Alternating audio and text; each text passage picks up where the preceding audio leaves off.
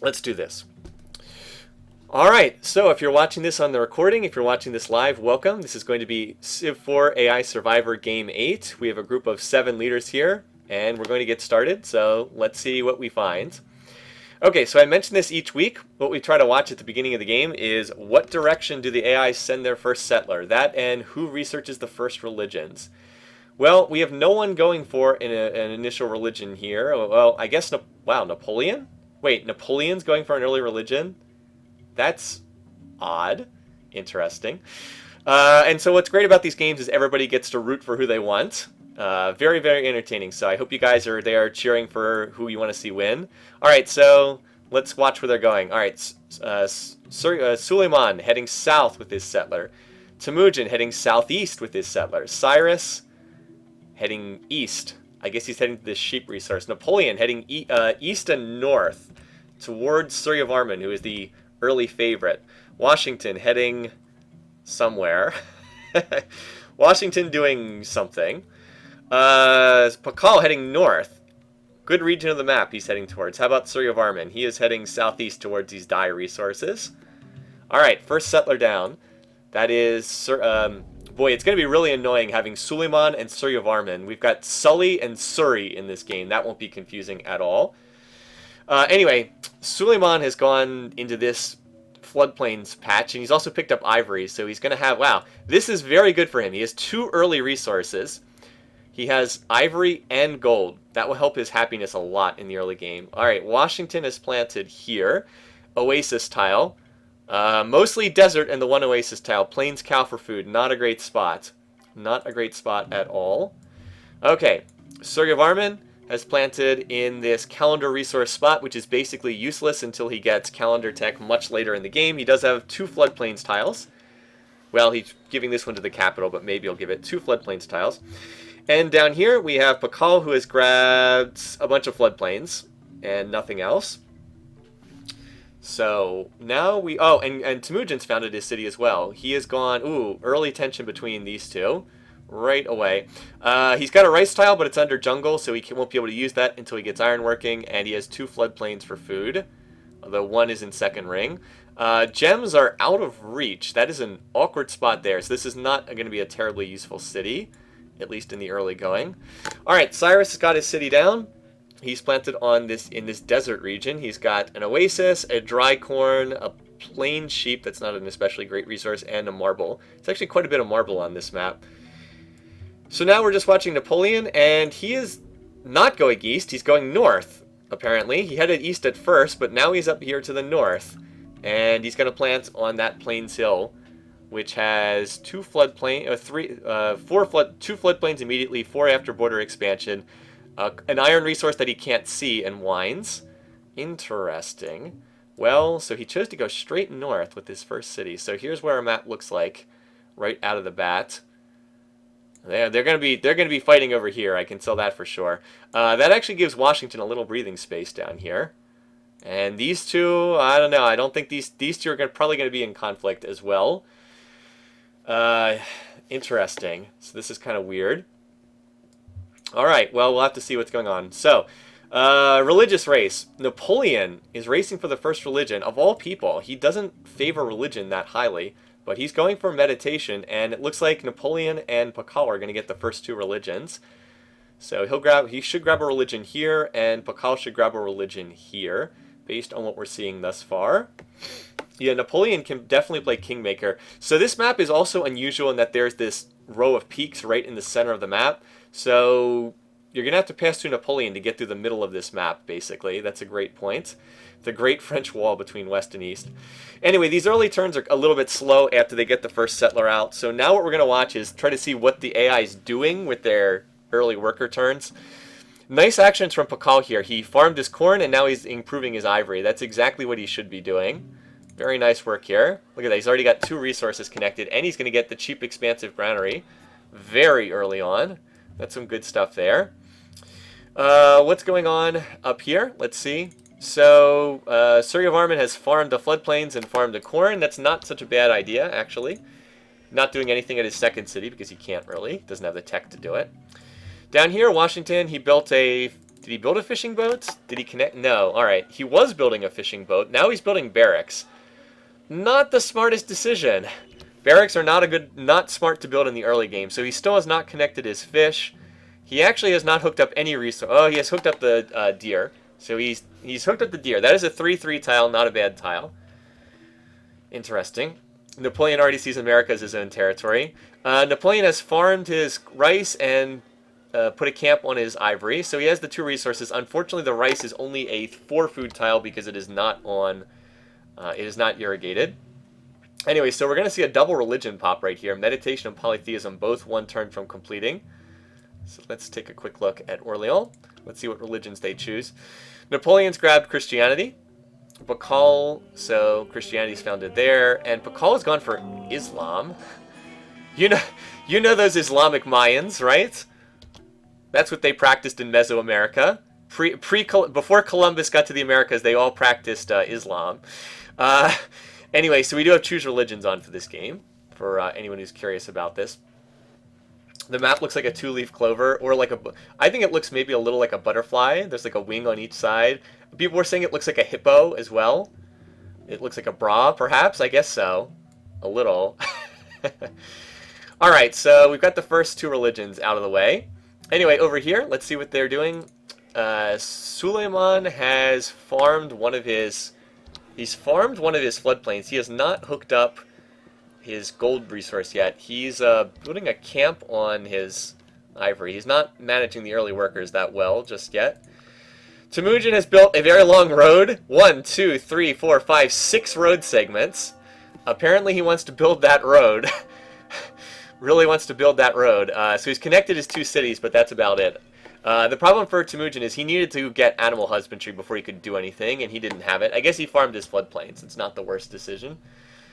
And down here, Cyrus, what's he up to?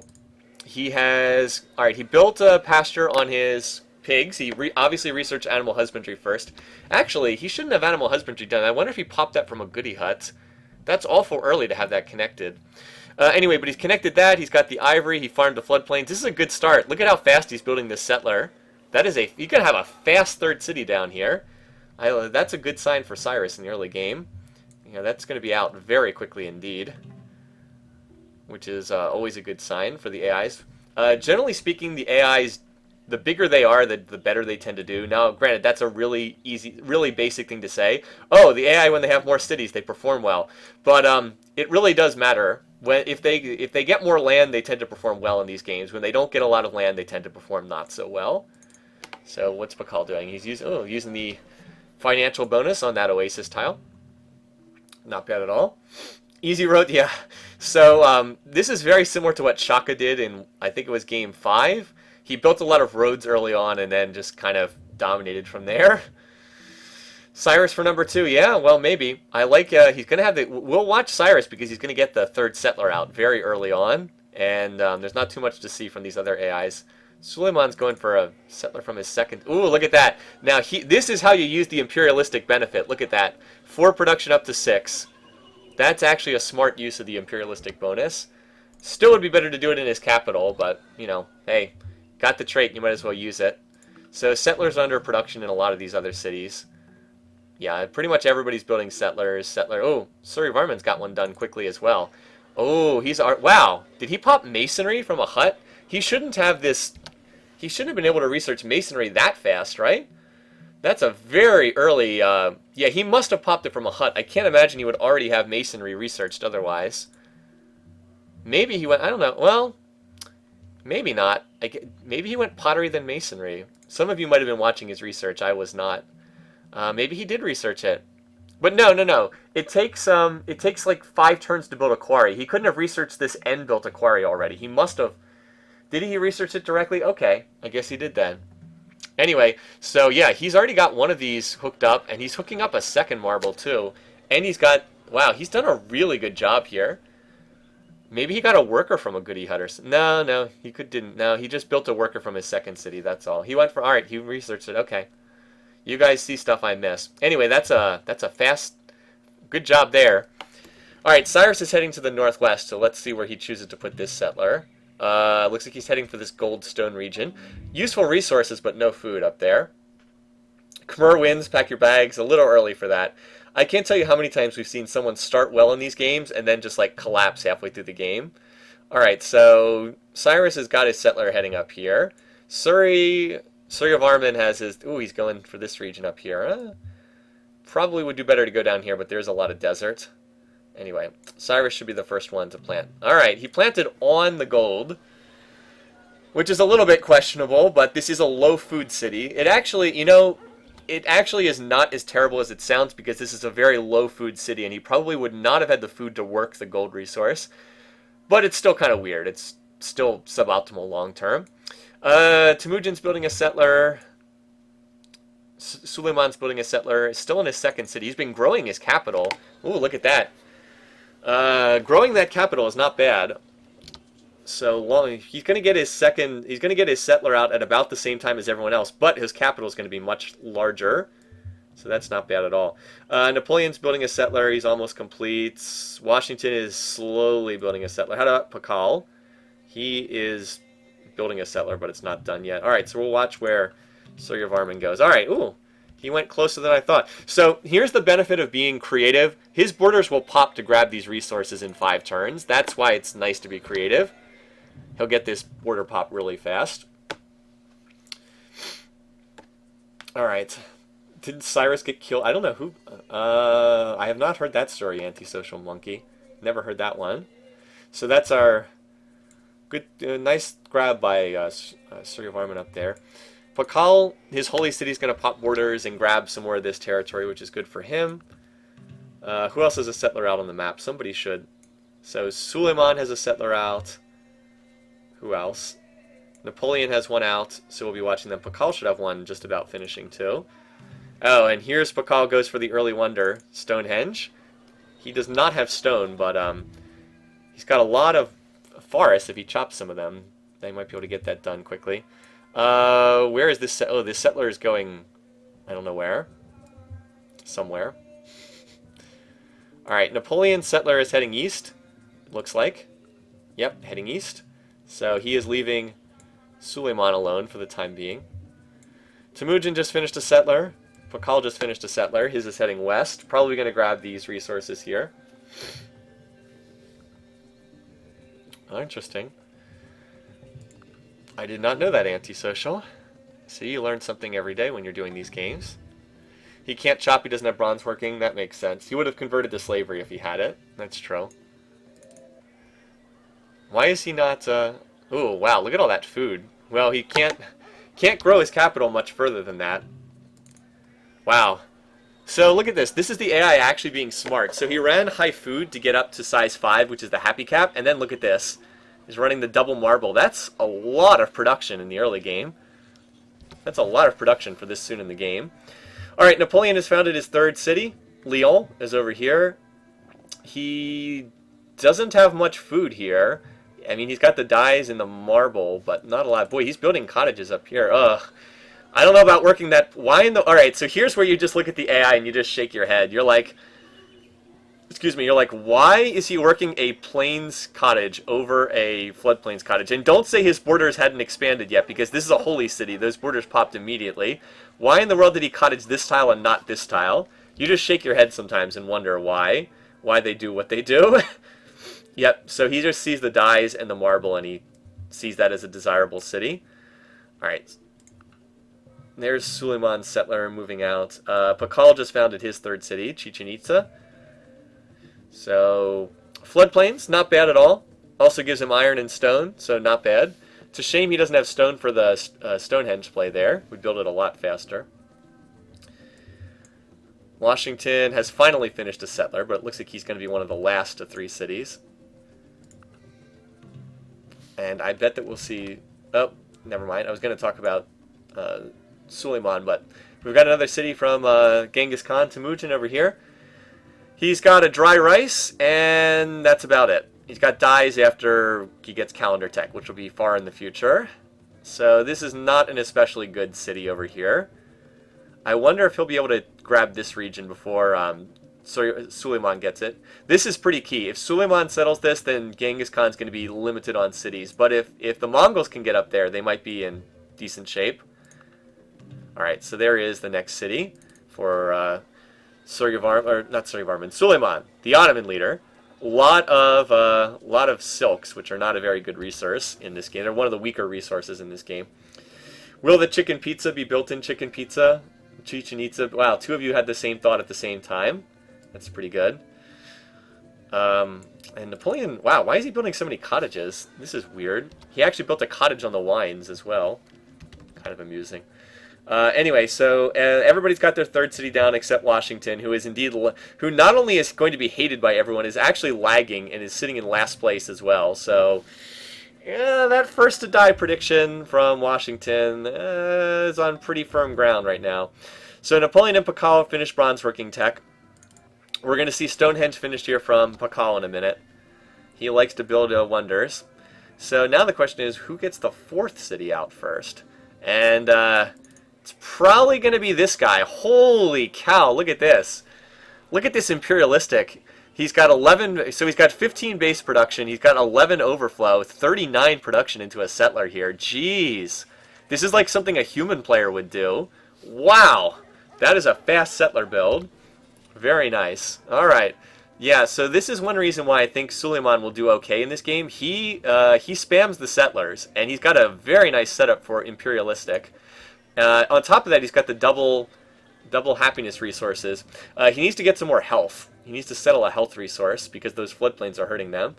That research too, yeah. Oh god, he's working the double gold tiles. That's right. Look at how, yeah, he's researching ironworking fast. That is a nice setup for him. Very nice. And so it looks like just about everybody's finishing bronze working. Alright, so Pakal completes Stonehenge, which is a nice build for him. Washington, well, I didn't even know he was building the Great Wall. Alright, well, he completed the Great Wall. Did Suleiman connect his ivory? Yes. Yes, he did. There it is. So he does have that.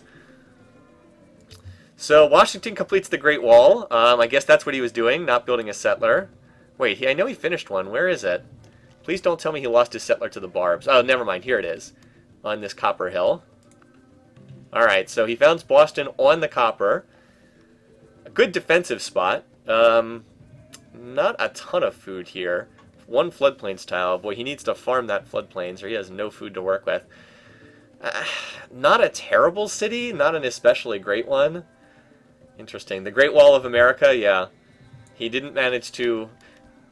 look at this shape. That's a weird Great Wall. Kind of weird. If you want to see the Great Wall up close. I do like that this wonder actually appears on the map. I know I did this last week as well, but if you want to get a close-up view of the Great Wall, we can zoom in here. By the way, you can't do this in Civ 5. The flying camera is only in Civ 4, as far as I know. Check out these giant archers. Look at that. A lot of oases by the Great Wall in the real world, right? Up in northern China, hanging out by the sand in the oasis. Alright, so yeah, I don't know what America's doing. I'm not terribly impressed by this this setup here. Anyway, it looks like a lot of people are researching ironworking right now. Let's see. Builds. For some reason, Sir Varman seems to believe he needs a lot of scouts, so he's building more scouts and more archers. What's Napoleon up to? He's got another settler in production, so that'll be out on the map. Suleiman has already finished his settler and is already sending it north. That guy, apparently he whipped it. Yeah, look at this. So for anyone who wonders if the AI will whip stuff, they absolutely will. I don't think he should have whipped that, though. I think he should have just built it. It was only 4 turns.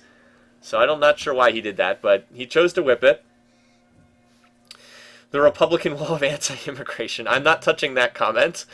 I'll just leave that alone. We're not here to get into politics. People just going to disagree, but I'll just leave that alone.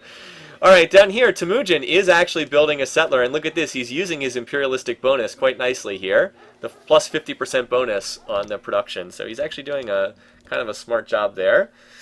The Great Wall, that whole one-tile portion of it. Where there's a whip, there's a way, that's true.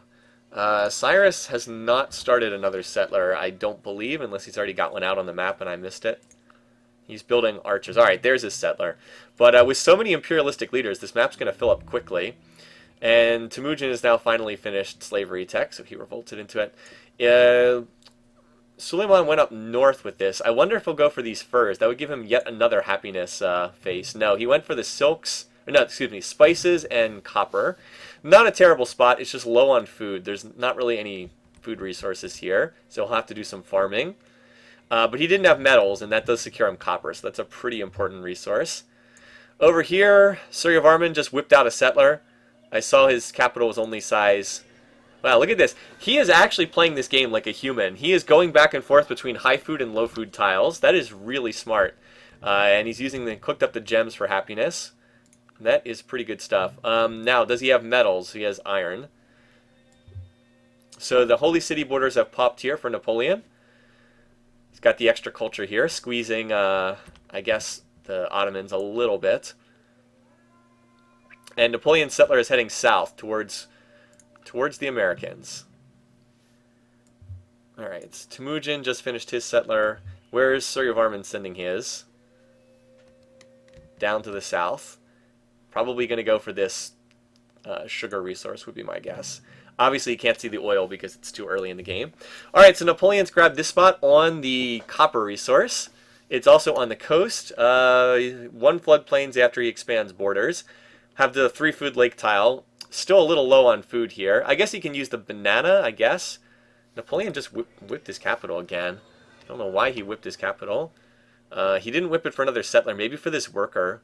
Perhaps for a worker, but his capital's only size 2, so I don't know what he was doing with that.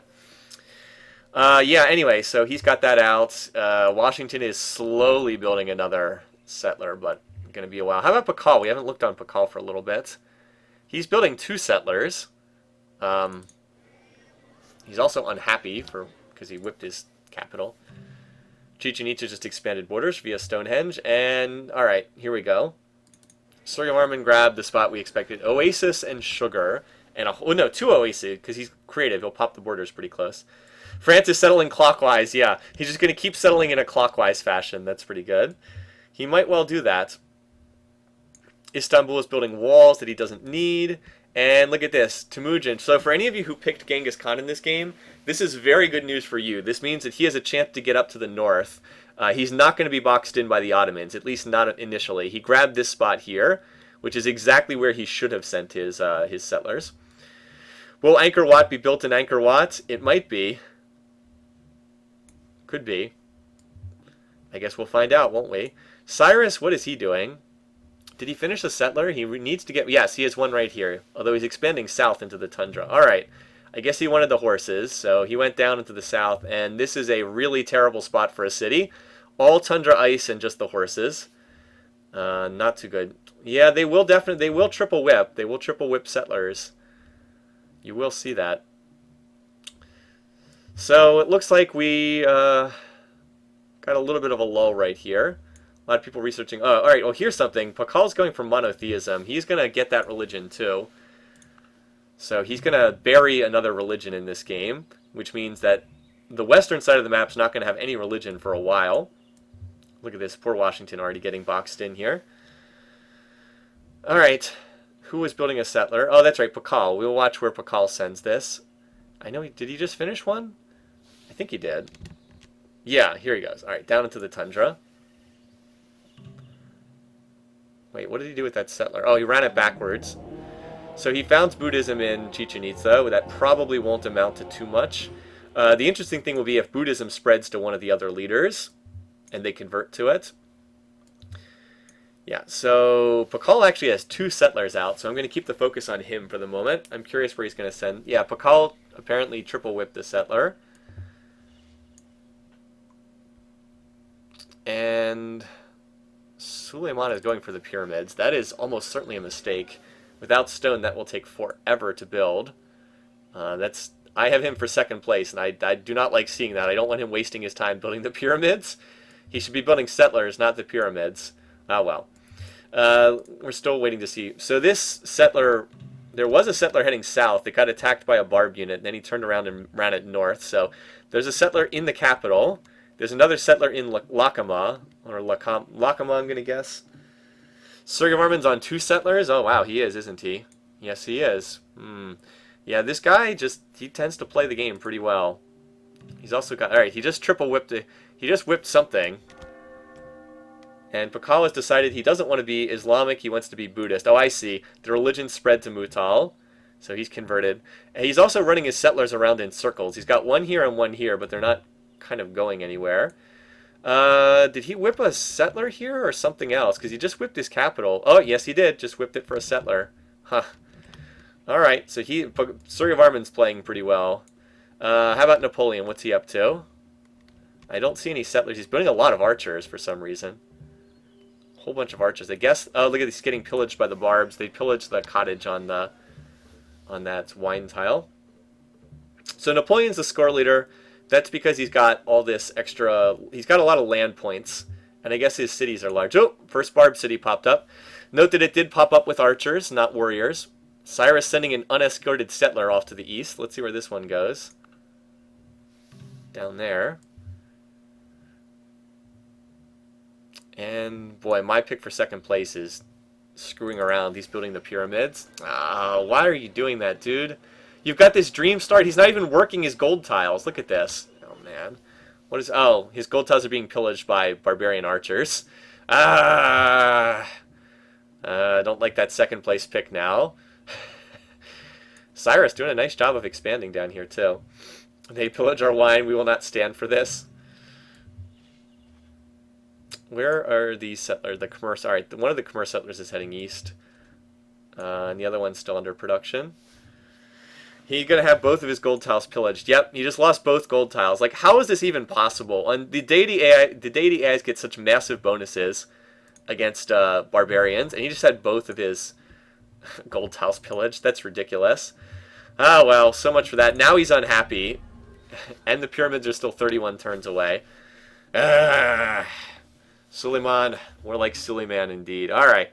Well, we're 50 turns into the game. Let's see what's going on. Boston. Wow. Look, what is this? All right. I want to see if this... Where is this settler at, Ling?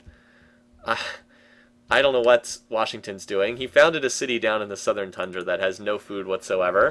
I don't understand this guy at all. All right. Let's see where we stand. No, I can use the default. All right. I'm clicking in the wrong spots. Score. We've already seen score. GMP. Right now, Pakal is in first. It's fairly close for beyond that, but Pakal's in first place. Production is just a mess. Everybody's even in production. Food, it's pretty close. Nobody's really pulled ahead there. Power, it's relatively close, although Pakal is first. Doesn't mean that much this early in the game. Culture, Pakal is first. Pakal's first in a lot of categories right now. And espionage doesn't. It's too early in the game. Top 5 cities. Mutal is first. Is the only one that's built a wonder, so it has a lot of culture. Well, that's not true. America's built a wonder as well, but Washington's only size 5. All right, Diplo screen. Let's see who dislikes who. Washington, worst enemy of Napoleon, worst enemy of Temujin and Suryavarman, worst enemy of everyone basically. Nobody likes this guy. Yeah, he's the worst enemy of 3 different leaders already. So, yes, Old Sarai was just settled. Yes, good pickup there, Neophobos. Old Sarai was just settled right in Suleiman's face. Needless to say, I kind of thought the Ottomans would get this spot, but they didn't. So, well done, Mongols. Very well done. The Mongols are certainly winning this part of the map right here. Very, very nice. Yeah, the Ottomans are not looking too good right now. It's the Persians and the Mongols are definitely playing a little bit better. All right, I'm curious, where is this settler going to go? Probably back into Boston because it's unescorted and there's a barb archer right there. No. It ran over... All right, it ran over here. Still unescorted, but it ran over here. Suryavarman planted a city on the north coast. This is not an especially great spot. I guess he wanted the horses, but it's not even connected to his trade network yet. Suryavarman's also building axes and swords, so who knows what he's planning after that. He has another settler here. I wonder if he's planning on taking a shot at the Americans. That would be the most likely target because that's his worst enemy. Alright, Pakal, he still has these settlers out. He's got 2 running down here in the south. Still heading down to the south. Cyrus has planted another city down here. Actually, I guess he had this for a couple turns now. I must have missed this one. He's got, nope, he managed to miss every food resource again. So, congrats, dude. Good job. Napoleon should have another settler out soon. He's actually had some issues with the barbs as well here. He's building another settler. Where is this? There was another settler from the Khmer that just finished. There it is. Alright, I'll keep an eye on that one too. Pakal should be planting these cities though. Alright, there they go. He just threw down 2 cities in one turn. Uxmal and Mayapan. Well, this one at least gets the crabs after the borders expand. This one, I guess it has 1 4-food tile. These are pretty sad cities down here. He's also building the Oracle, so Pakal really... I guess he does have marble, so that makes the Oracle a lot easier to build. He's building swords as well. And America still has... Where was that settler? Didn't America have another settler wandering around? It didn't die to a barb, did it? I don't know. Wandered off somewhere. Maybe we'll see it pop up. Oh, there it is. Alright, it was further north. Alright, I don't know about this decision. Does anyone else think this was a very bad decision by Washington? It's like he's trying to commit suicide here. I mean, just look at this spot, right? Excuse me. I mean, at least it's on a hill, but... like, you can't think that Napoleon's going to like this spot very much, right? He just seems to want to get into a war with Napoleon. How about Suryavarman? Or... not Suryavarman, Suleiman. Well, he's still building the pyramids. I guess he's about to reconnect his gold tiles, but he's really flubbed up this start, that's for sure. Ooh, another... I like this build, too. I like the Moai statue build for his 2 clam tiles. That's not bad. Needs to hook up this gold resource, though. Probably just popped in Temujin's borders. What did he just whip? Did he just... Alright, so he just whipped out Moai statues. But he's not working any of the tiles that use Moai statues. And he's building a galley, so I don't know what's up with that. But there's a settler heading west. So is that Oracle? Yes. Alright, so Pakal built the Oracle, and he used it to take... I'm thinking theology, because I don't think he has Code of Laws available as a tech. Yeah, so he has grabbed the theology religious tech with the Oracle. So he now has 3 religions self-founded. This guy's going nuts on the religious tech. And now he's building Temple of Artemis. This guy is just building wonder after wonder over here. Oh yeah, Cyrus, yeah, I missed this one, sorry. Cyrus threw this city down here. What's this? A little unit AI attack stack. You know, Cyrus is grabbing a lot of land for himself, more than I thought. These Immortals... And these Immortals should be able to kill the Archers, because that's what Immortals do in Civ4. Immortals are specifically anti-Archer units. If you haven't seen the Immortals before, hold on, I'll pull them up here. Yeah, I'm liking Cyrus's start here. Look at this. Plus 50% against archery units. They get a big bonus against archers. Mayans building wonders, yep. There's the Suryavarman settler moving out there. So he founded this spot here. Not terrible. Plains cow, low on food, but it does get the gems, so it's not awful. So that's 6 cities now for the Khmer. I think that's tied for the most. How many does Pakal have? He's got 1, 2, 3, 4, 5. He's got 5. I think most of them are on 5 cities right now. Temujin's about to plant his 6th city over here. Alright, he planted it on the iron, which is kind of silly. Oh, he doesn't have ironworking researched yet. That's why he can't see the iron. Yeah, he's researching it right now. His religion rate, his research rate is garbage, though. See, that's the problem with Temujin. He's got, he's expanded to a lot of cities, but his research rate is bad. Cyrus's research rate is pretty bad, too. But at least he does have the, he's got some commerce tiles. Temujin is, like, none at all. And, well, those pyramids are still under construction. Gonna have all the land settled out from around him, but he's gonna build the pyramids, so good job there. Pakal's research rate is pretty good, too. Not at his capital, though. I guess it's more, actually, no, he's farmed all the floodplains, so I don't know what he's doing. Yeah, the Immortal, I don't know why the Immortal is a horse unit in this game. That never made sense to me. Even when we were in testing for Civ4, we were like, why is the Immortal a horse unit? It's an infantry unit. Why is it a horse? So none of us could understand that, even back when the game was not finished yet, but someone at some point decided it was going to be a horse unit, so that's what it is in this game. Alright, Suryavarman has a settler wandering around. Cyrus just threw down this city recently. So Cyrus is just settler spamming, man. This is what I thought Suleiman was going to do, but it's been Cyrus instead. Look at this, 1, 2, 3, 4, 5, 6. He's already at 7 cities. And I think he's the odds-on favorite to get this city as well once he attacks it with Immortals, which he should do at some point. Apparently these archers are all trying to attack the Barb city. There's some more Barb cities in the north. How about Napoleon? Why is Napoleon not founding cities? He's still on... Oh, that's why, because Napoleon's about to declare war on Washington. And it looks like Washington's about to declare war on Napoleon.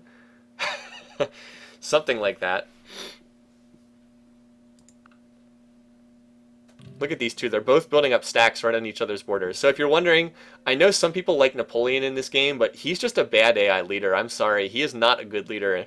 He's going to get tied down with Washington, and they're just going to throw units at each other.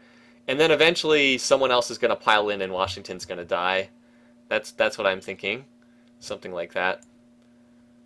Alright, I think Suleiman finally got another settler out. I think he was building one in this city. Maybe not, though. Nah, looks like he's still on just this limited number of cities. Why build cities? Just take from the others. I guess that's one way of looking at it. Alright, that's an interesting spot for a city. It's not bad as far as resources go because it'll have to fish, but it certainly doesn't claim any land. Yeah, so Pakal's mostly out of land to expand already. Like, look, he's got 6 cities. I guess he can get some more over here, but he's pretty constrained on land. Where's the Suryavarman settler going? Oh, there it is. Heading southwest. I don't know where he's going to put this city. There's not much down here. I guess we'll find out. Alright, so Napoleon is sending a settler west. He's also still building swords. I think it's just a matter of time between before one of these attacks. Alright, so... Oh, apparently Suleiman got a city down here. I didn't even notice it because it's so deep in the jungle. You know, this isn't a bad spot long term, but in the immediate... Before he cuts down the jungle, it's pretty awful. Long term, though, it's pretty good. A lot of grassland tiles under that jungle. So nobody is still attacking these archers yet. Barb City is still holding strong. Washington is... I don't know what Washington's doing. I've never known what Washington is doing. Oh, a first open borders request. That means Pakal at least has writing tech.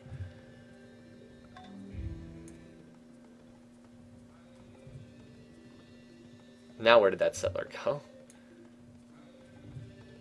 Did it turn around and run backwards?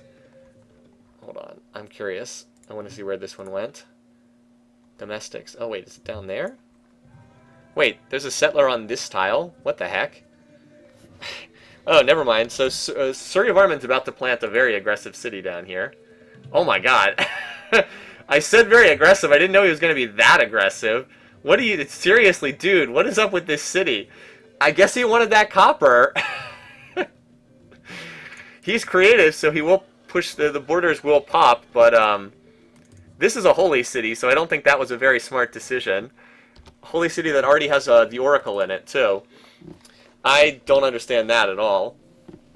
That's really weird. Yeah, Suleiman is going to found Code of Laws, and maybe that will help him, but it also might make everybody hate him because he practices a different religion from everyone else. Pakal's about to hit Monarchy tech, too, which is a useful tech for the AIs we've seen in past games. Alright, Suryavarman has converted to Islam. Ooh... So what just happened there is Suryavarman just converted to the minority religion of Pakal. That means these two are not going to be on good terms at all. Border tension and right on top of each other. Alright, so they're -2. They have very similar peace weight, so that will help keep them on good terms. But, yeah, look at that, -2. That border tension is going to flare up for sure. Washington to die. In Buddha we trust. Yeah, Washington's empire is so... Like, look at this jury-rigged empire here. It's, like, so split out between these cities. I can't see this working.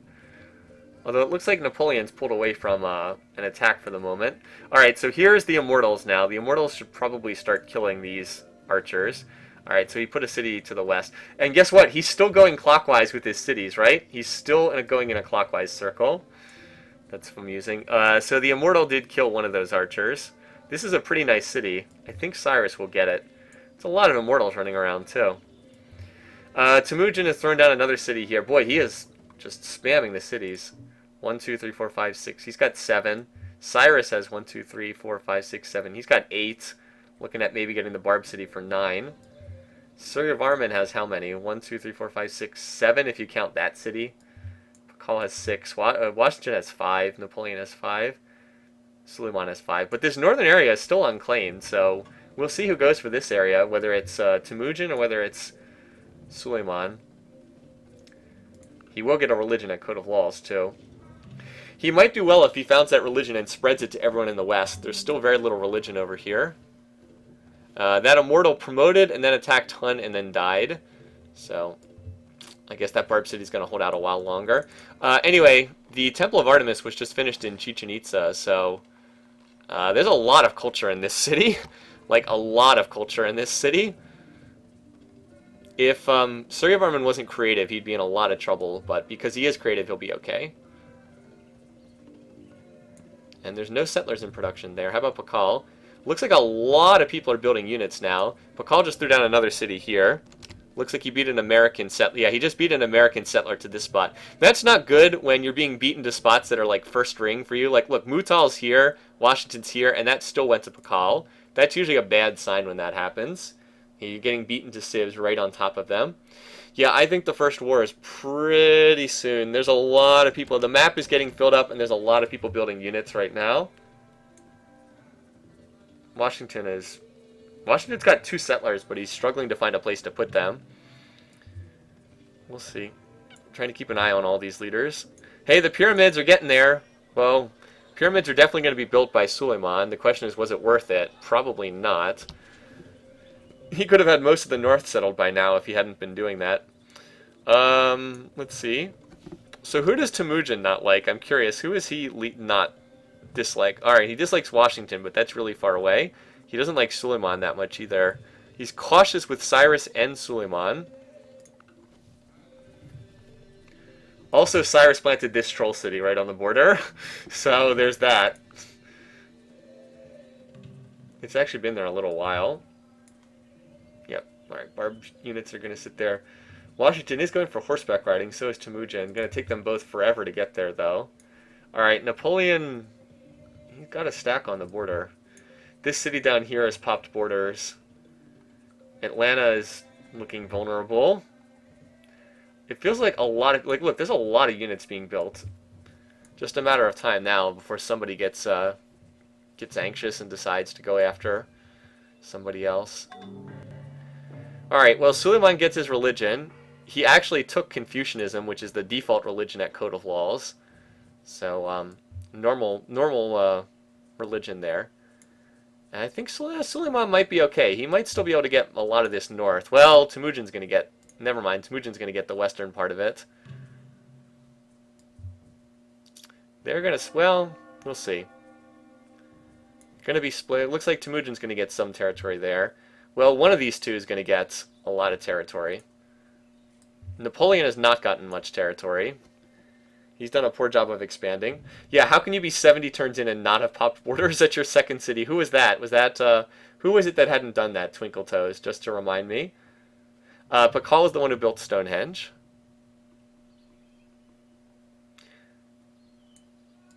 Was that Cyrus who didn't do that? Yes, Cyrus didn't expand. Yeah, Cyrus still hasn't popped borders at his second city, although they're about to pop next turn. Must have been Cyrus.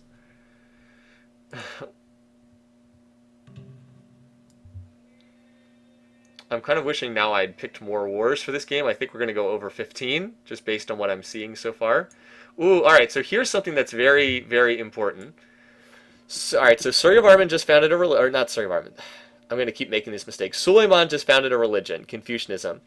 He chose to send his missionary not to his capital. Look, he's sending it over to Genghis Khan. If they share the same religion, that means Temujin's much more likely to attack Cyrus and not attack the Ottomans. See, look, he just spread his religion there. So I expect Temujin to convert next turn, and then that will boost their relations quite a bit. Also, Temujin pulled his settler back from the furs. I don't know why he did that. There's 2 Barb cities up here. And, of course, the Barb City in the middle of territory right here. Whole bunch of archers hanging out watching this. New York has no culture either. I guess it just popped borders. You're right. It just popped borders. Nah, New York won't flip.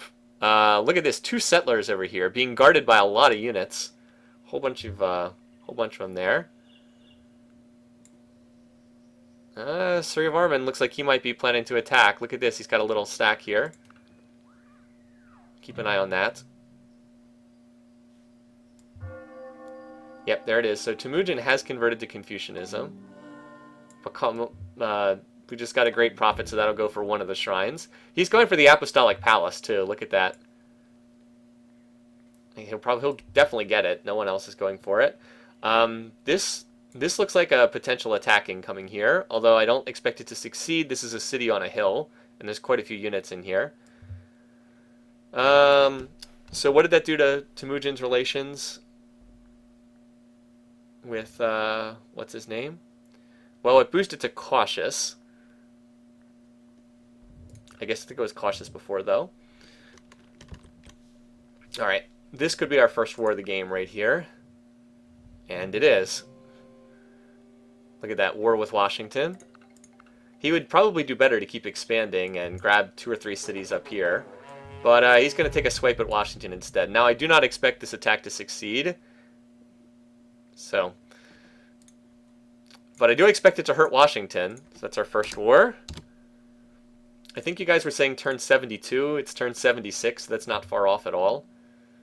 Yeah, Washington. So let's check the power bar graphs while we're here. Power turns. Everybody's pretty close. The only one who's behind is Mr. Ottoman over there, who is going to get the pyramids. Yeah, so this attack's not going to work. Let's turn off the resources here. Oh, hold on. Well, maybe it will if he gathers his whole stack together. I assumed he was just going to attack immediately. There's 3 axes in here. No, this is not going to work. Swords will lose to axes in a city on a hill with the fortify and defensive bonus. Yeah, so Washington's probably going to die, but it's not going to be for a while. I expect Napoleon will jump into this war at some point. Because, see, if you look at the Washington, he's the worst enemy of Napoleon as well. So I think that that's going to happen sooner rather than later. Napoleon's just too aggressive not to jump into this war. Alright, let's see. Oh, hey, open borders. So, sure, why not? We'll sign open borders with you, buddy. Actually, he's... Oh, well, that happened rather quickly. So, Temujin decided to declare war on Suleiman. And we also saw this... Well, that... So, that looks like the shared religion wasn't enough to affect their relations. Temujin decided he wanted to go to war anyway. That's not good for news for Suleiman. I thought Temujin would go for Cyrus. He did not. That's good news for Cyrus, though. Cyrus will just be able to continue erexing. Oh, what just happened here? We had a random American archer capture this city. What? Are you kidding me? There was one American archer here. Napoleon was attacking the city, and this random American archer just slipped in and killed the last defender. All right, that's preposterous. Yeah, Cyrus, this is good for him. I don't understand this at all. Trollmerica. So, well, release the Mongol hordes. He doesn't have much in this first stack. He's got a sword, an axe, and 2 chariots. That's probably not enough to break through here. We will see. One of them's going to win. I guess for my prediction, I want to see Cyrus declare war on Temujin, and then the Ottomans win this. Anyway, there still hasn't been an attack on this city yet. So, what happened here? Suleiman. All right, Suleiman did finish the pyramids. Apparently, he decided to whip them out. This attack's not going to work here. I don't think so. Napoleon can't finish the job again. Well, see, it wasn't in a clockwise circle around his capital. That's why he couldn't take it out. He weakened all the defenders without killing them. There was some fighting over here, but it doesn't look like too many units changed hands. I think that Washington actually attacked out with his units. Maybe not. Hard to say. So, Surrey of Armin's like running around without actually attacking this. Cyrus converts to Buddhism. He just adopted Pakal's religion. So that's kind of weird. Look at this. There's a little stack over here, too. Alright, yeah, so Temujin looks like he attacked and nothing really happened. Or if Temujin attacked, his units got killed pretty badly. Oh, he's got a more serious stack building over here, though. So, Soryavarman... Oh, the funny thing is, Suleiman built the pyramids, and then he just went into hereditary rule. He didn't even go into representation, Civic. At least he has a big happy cap, though. Anyway. So, we'll watch this attack in Atlanta, which is not going to see... Well, he had more success than I thought. He killed something. Yeah, it's still not going to succeed, though. Meanwhile, Cyrus, look at this. Cyrus has got a... He's going to attack somebody with this stack, I think. Who does Cyrus not like? Cyrus, where is he? Doesn't like Temujin that much. That's the one he dislikes. That he doesn't like Napoleon that much either. He's cautious with both of them. I wonder. Well, we'll keep an eye on that stack. Oh, what's this? What is this stack doing over here? I can't imagine that. Why is... Oh, it was probably going for the Barb City, I guess. I can't imagine that he would have gone... Alright, so, Soryavarman finally attacked Atlanta, and it didn't go very well. That's why Washington got a great general. So Suleiman just wasted an attack there. You know, I thought Soryavarman wouldn't get drawn into a wasted war like this. This is actually not good for... This is good for Pakal, actually. Pakal's actually starting to pull away a little bit down there in the south. So what's up in this war over here? Nothing for the time being. Oh, wow. Actually, yes, something's up. We had a city raised. Suleiman had a size 1 city. It got raised by Temujin up here. That or the Barbs, one of them raised it. So he actually only has 5 cities. Weird. Can't imagine he'd be attacking someone else. I wonder, is that open borders or did he attack Napoleon? He can't be attacking... He would... Alright, never mind. I was like, he's not dumb enough to attack over here, is he? But no. The AI, I don't think the AI will declare war if they're already in another war. Not under normal circumstances. Anyway, though, Washington got declared on by Napoleon, so... Yeah. This is the beginning of the end for Washington. Soryavarman did a lot of the work, but Napoleon's going to get the rewards here. Napoleon's going to capture this city. Hereditary rules, Suleiman's favorite civic. Didn't know that. Ooh, wow, that city just might hold out. Another nice move by Temujin. Building the Great Lighthouse is a very nice move. Look at this trade route income. That's going to help prop up his rather weak economy. So Suleiman's like, well, you raised my city. I'm just going to refound it on exactly the same tile. I guess he wants that spot pretty badly. His army's on its way back, slowly. Alright, so Atlanta's holding for the time being, just barely. I expect Soryavarman's putting together another stack over there. Yeah, the wars... I think the war declarations are going to be pretty high for this game. I really do. Pakal already has construction tech. Wow, Pakal is the tech leader by like a mile. Maybe my Soryavarman prediction's wrong. Maybe it's going to be Pakal is going to roll over everybody this game. He is sitting in a nice position. Alright, nope, Napoleon did... Oh! Ha! Napoleon captured the city, and then it was recaptured by Washington with his axe, but it's going to be retaken yet again by Napoleon. Obviously, Napoleon moving first in turn order. Cyrus, what's he doing? Oh, Cyrus is building up for something. Look at this. He's got a stack over here. Is he going after Napoleon? No, I don't know. I guess we'll find out. A lot of units moving around right now. I cannot tell a lie. That man is screwed. Well, I think I'm at least getting 5 points from this game, although almost everyone else is too. It was just so obvious that he was going to get... But due to peace weight issues, he had no chance. Alright, so Napoleon captures that city. Great general is born.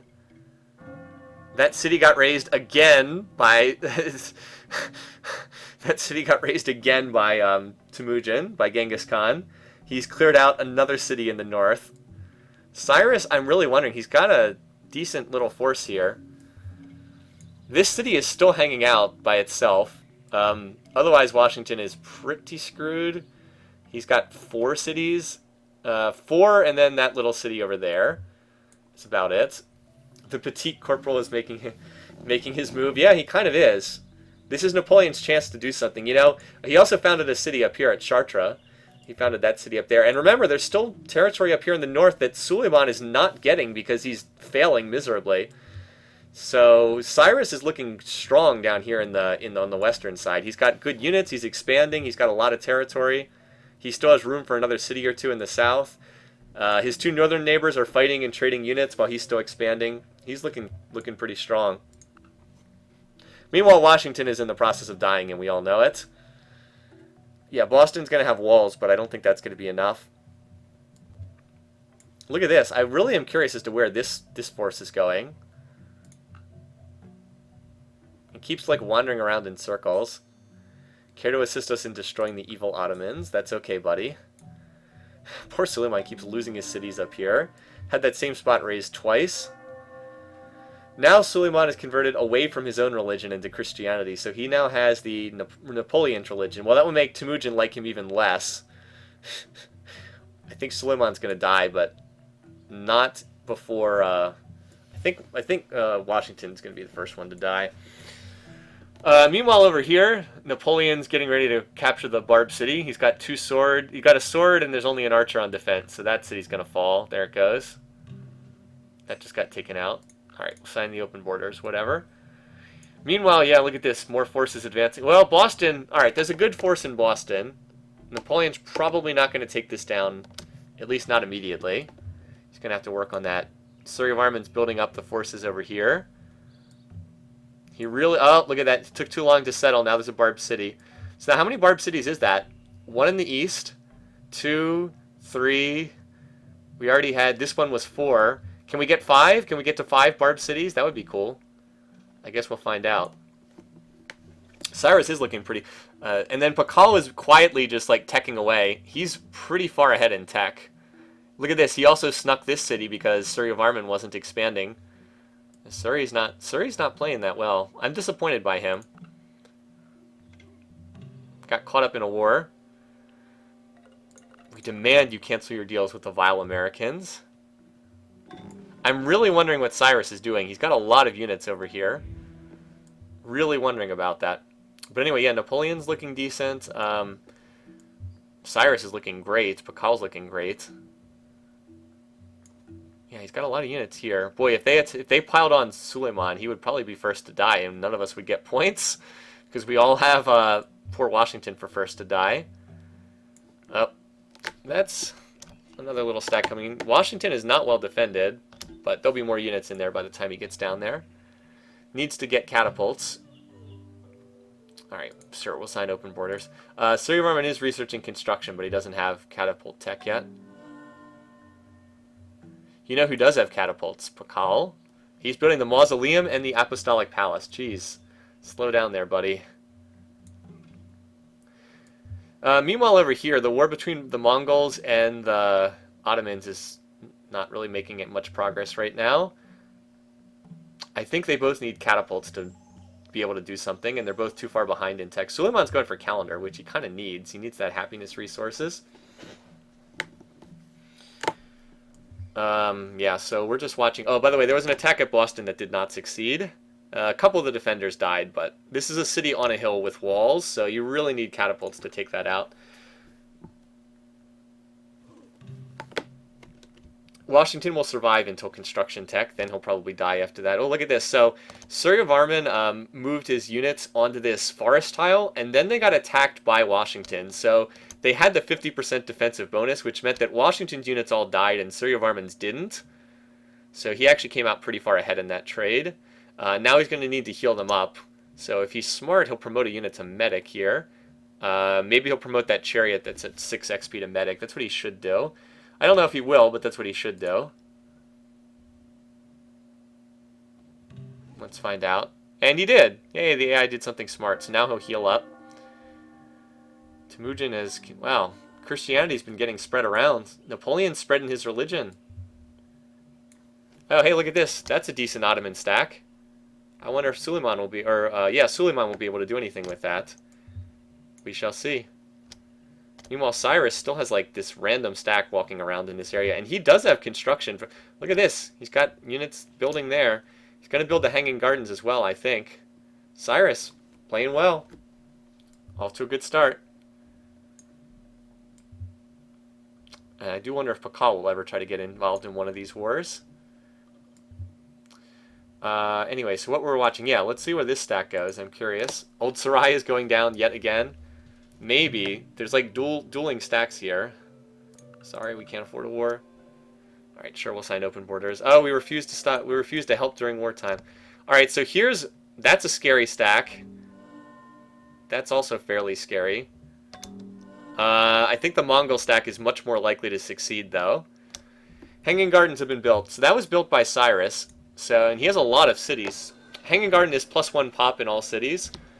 And +1 health, but it's mostly for the population. He has a lot of cities, so that helped him quite a bit. Cyrus, man. I'm surprised. I generally don't think much of Cyrus as an AI, but he has played this really well. Obviously helped, of course, by the war between his two northern neighbors. Meanwhile, it looks like the Surrey of Armand stack in Washington's territory got wiped out, because I don't see any of those units anymore. So Washington took some losses, but he didn't lose anything. He's going to be able to stay, as I said before, he won't lose anything more until catapults arrive on the scene. And Pakal's about to finish the Apostolic Palace and the Mausoleum. Now, the issue for Pakal is nobody else really practices his religion. I guess Cyrus does, somehow. So he's not going to be that popular. This stream is like watching Test cricket. The game is long, compelling. You spend half of your time talking box. That's true. It's not fast. You can't really do this quickly. I mean, I guess you could just fast forward through the turns, but I don't... I think it's better to do the turns one at a time. Up! Guess what city's back again? Guess what city's going to be raised on the next turn again? This Kashik's going to attack this chariot and kill it. Alright, yeah, so there's... These two stacks are right here. Oh, Old Sarai might fall, but I don't think that he can keep this city once it does fall. And Edirna only has one... has, like, nothing in it. But this is where the action's happening right now. Over here. Oh, wow. Somehow that chariot actually survived. Of course, Old Sarai survived as well. Suleiman's attack didn't work very well at all, did it? That got cut apart. Now we have this Kashik attack coming in. And there's no spears in this city. Unfortunately for Suleiman, these spears are not going to get into Edirna before it gets attacked, because Temujin moves first in turn order. If Suleiman moved first, he'd move in these spears and this attack would fail, but because he doesn't move first in turn order, I think Genghis Khan captures this city. Yep. See? That's bad. Suleiman may be first to die with the way this is going. And that would be bad for a lot of our predictions. But hey, at least he still has this spot again, right? Alright. Oh no, it's not a criticism. I like Test cricket. Okay. I didn't think it was intended as a criticism. There's like 3 layers of ruins on that tile. Anyway, so Temujin's captured a pretty important city. This is the second Ottoman city, so that is a bad loss. The Ottomans are not looking good right now. They need a miracle. They need Cyrus to declare war on Temujin, which might happen here, because I don't think Cyrus likes him that much. Cyrus, let me check that out. He's minus, yeah, he doesn't like Temujin that much. That's some pretty, he's not that happy with this guy. He's cautious with everyone, but he especially dislikes that guy. But look at poor Washington. He is not liked by anybody. And he doesn't like anyone, and he's not liked by anyone. Napoleon's got another stack coming in, but he's just not going to be able to break this city until he gets catapults. He is on construction tech. Suryavarman has already finished construction tech, so he'll be building catapults. So Washington's days are numbered, but I think he'll hang out. I think he'll hold out a while longer. Could we see the Mongol capital? Yes, absolutely. Yeah, yes, he is indeed. Look at that. He's 18 production per turn. That's very good for this stage of the game. He could actually drop a food tile and even pick up another Plains Hill. Plus, look at this. He's already got 2 great generals in there. Pretty funny. Cyrus has to go for the stab. Yeah, he probably does. I think you're right. Or otherwise, because if Temujin rolls over all of the Ottoman territory, he'll be too big. And then we will seriously probably be looking at a domination victory for somebody. So Napoleon's still running a stack around in American territory. What's Pakal doing? We're like barely paying attention. He's building ball courts and the Hagia Sophia. Boy, he could really troll people with that Apostolic Palace too. I wonder if he'll go for this Barb City. Anyway, Pakal is really far ahead in tech. I'm not sure if I've made that clear enough. We'll check out tech. We're almost at turn 100. We'll check where they are on the tree, but Pakal is really far ahead in tech. All right, Napoleon, yeah, he's still running this stack around. You know, if he and Suryavarman would concentrate on the same city instead of trying to attack 2 different places at once, they'd have a lot more success. All right, he does have catapults under production. And berets, for what that's worth. His unique building there. The Flood of Kashyyyks is on the way. That's right. That's what Temujin does. He just builds Kashyyyk after Kashyyyk after Kashyyyk. Oh, wow. Look at that. That's a big stack. Healing, but it's a big stack. Yeah, he just builds units and he never stops building units. That's what he does. He is the great Khan. That's what he does. And sometimes it works and sometimes it doesn't. I'd say it doesn't work more often than not because he falls behind in tech. But if he ever does get ahead in tech and he ever does get a lot of cities, God help you, because he will never stop building the horse units. They will just come in a never-ending flood for the rest of the game. Yeah, Pakal's doing well despite... Well, the AI struggles to chop forests. Like, that's the big problem. They don't chop the forests enough. Like, for whatever reason, they're very slow to do that. I don't know why. Look at this. He's already got feudalism. He's got longbows already on turn 100. That's crazy. Man, he is looking like a favorite to win. He might just tech to space and win the game that way. Sorry, he's got another little stack moving in. Napoleon attacked and didn't have much success yet again. But of course, he's got another stack ready to go. Bunch of City Raider swords. All right, let's see the bar graphs. GNP, yeah. Remember how I said Pakal's way ahead in tech? My goodness, that man is ahead in tech. He is running circles around everybody else right now in tech. That's just disgusting. That ought to be illegal. Production's pretty close, except Washington's in last place. Food, Pakal's in first. Interesting. He's got some big cities already. Cyrus in second because he's expanded so much. Cyrus, it's a number of cities. Pakal, it's big cities. People are like, sweet Jesus. Power, look at this. Cyrus is in first place on power. That's interesting. Washington and Suleiman are last in power. Culture, Pakal is in first. Pakal is starting to pull a Mansa Musa here. And demographics, that's not that useful. Let's see Pakal's demographics. All right, wow. Jeez. He's 296 in GMP. Rival best is 121. Are you kidding me? And he's first in food, and he's first in production. He is not in a golden age, by the way. This is legit stuff on his part. That's just disgusting. It's going to be like that Gandhi game. Well, the difference is Pakal is much more aggressive than Gandhi, so I don't think it's going to be quite like that. All right, Pakal, yeah, wow, he's pretty much got all the classical texts, and he's about to enter the medieval era. Cyrus, yeah, look at that difference, okay? Pakal's almost a full era ahead of Cyrus. That is a big difference right there. All right, Cyrus, he's early classical. Temujin's even less advanced than him. Let's pull this back a little.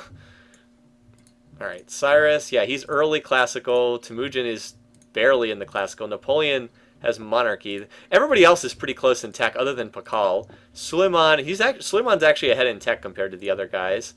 Suryavarman's a little bit ahead in tech as well, and Washington is about the same. So they're all pretty close except for Pakal. Mayans probably helped by aliens, yeah, helped them build those pyramids. But he's almost a full generation of military tech ahead. If he ever chose to fight, it would be tough for people to stop him. Anyway, so here comes another Napoleon stack, and he just finished the Hagia Sophia, so he's got that going for him. That Barb City is about to hit size 2, so it will not be auto-raised if somebody goes up there. I don't know where this stack's going. I guess they're going to heal or something? Who knows? How about over here on the front lines? Ooh, alright, so that's a decent stack from Suleiman. Decent. Mostly, but not as good as what his opponent has. Also, there's a random French sword wandering, or random French sword. You know what? I wonder if the French are going to the Barb City up there. This city is still here for the time being. I wonder if it'll get to size 2 and avoid being auto-raised. And Cyrus has a lot of units. I mean, look, he's got a lot of units. But whether he chooses to attack is still an open question. I mean, we'll see a flood of blue, like, race forward on the minimap if he ever decides to declare war. Washington got a great general. I guess he killed some more French units. Yeah, he killed some more French units. These guys, I guess, are going for Washington the city. Yeah, Hagia Sophia has 50% faster workers. It sounds really good, but it's due to the way rounding works, it's actually not as useful as it sounds. Because it's like, let's say let's say you're building a road. It takes 2 turns to build a road. You build the Hagia Sophia, and guess what? It still takes 2 turns to build a road, so it doesn't help you there. And that happens with a lot. Due to like the rounding, you don't get as much as it sounds like. Anyway, so Washington's still holding tight for the time being. But the catapults are on their way. Meanwhile, over here... boy, he's going to... Oh, uh-oh. Uh-oh. You guys see what that says, right? The war elephants are on their way. That is bad news for the Ottomans. War elephants on the way. They had better pray that Cyrus decides to jump into this war sooner rather than later. He is building a library, so maybe not. And over here, Pakal's about to build the statue of Zeus. Anyway, let's see if this attack on Old Sarai does anything. I do not think it will, but he might be able to capture the city. Sure, we'll sign open borders. Why not? Look at this. More units. So Pakal does finish Statue of Zeus. His attack on Old Sarai did not work. Came close, but didn't capture the city. And unfortunately, there's a big Mongol stack running around. There's also Mongol catapults under production now, too. Cyrus, I don't know what he's doing. He's certainly building enough units for someone who's not attacking anyone. And here we go, another. So Suryavarman got attacked again by Washington. But that stack's not going to do anything without catapults. By the way, the Parthenon's almost done too.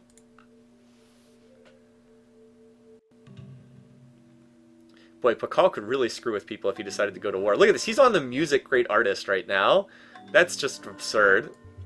He is so far ahead in tech. Well, Suleiman got a great engineer from his pyramids. I wonder what he'll do with them. Yeah, so that attack on Old Sarai did not work. Did not succeed.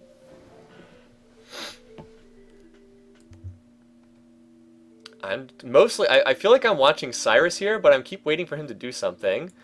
Anyway, Suleiman does have construction tech, but that's really more of an offensive tech than a defensive tech, at least the way the AI uses it. They don't really use catapults defensively. So, I don't expect him to do too much with them.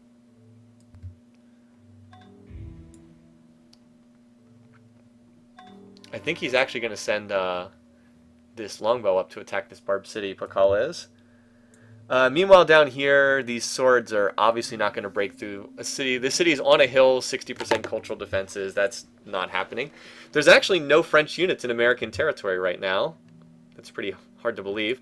Well, the Ottomans planted this city for whatever reason. One more place that has to get conquered. And it looks like they're defending the Mongol attack decently for the time being. Cyrus, is he going to do something? So many units. Look at all these units he's got right on the border. Alright, so Pakal finishes music. He grabs the music great artist. It's like we're kind of waiting for the next big moment to happen, because the game is almost stalemated right now. Now he's building Sistine Chapel. Jeez, this guy likes his wonders. On top of the mausoleum. Like, we're waiting for someone else to declare war, or for some city to go down and break this stalemate. It's not too much happening. I guess Istanbul could fall here. Although, never mind, Temujin doesn't have any catapults. So he'll attack and he'll lose all his units here, since he doesn't have any catapults. Let's watch. They all gonna die. Yep, see? So they all died and then they got cleaned up. That was a wasted attack. He needed to wait for... Actually, some of them pulled back. Well, some of them died and some of them pulled back. Alright, so Suleiman and Temujin have signed peace, but look what happened. Suleiman gave over that city in the peace treaty. So I guess Genghis Khan got it anyway. Finally got this city through the peace treaty, which means it's now 100% Mongolian. How are Cyrus and Napoleon diplomatically? That's a good question. Cyrus is like the big question. They're cautious.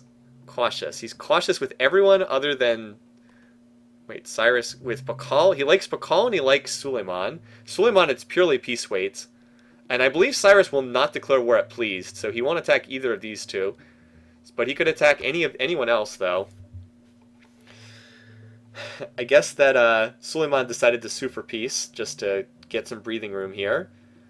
If he can settle the north, he could probably get 2 or 3 more cities up here. If he could settle the north, he might even be okay, but Suleiman is certainly one of the weaker AIs. Sadly for me and for everybody else, Suryavarman is one of the weaker AIs too.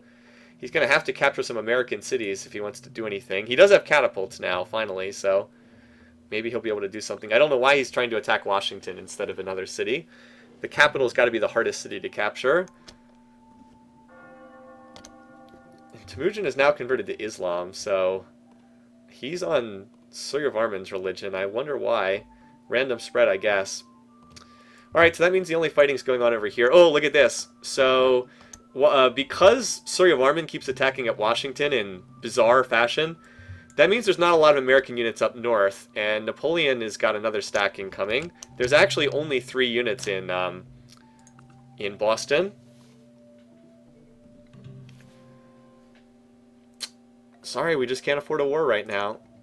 So, yeah, this city could absolutely fall here because even with all the defensive bonuses, 2 of the units are catapults and they get no bonuses whatsoever. And then, so it's really just an axe and an archer, and that's a lot of units. Like, yes, the axe will kill one of the swords, but he's got a City Raider 2 sword. That's pretty good. I think that I think he kills most of the units in here and then captures the city on the following turn. Did the Mongols just declare in their first innings? Are we going to use all the cricket terminology now?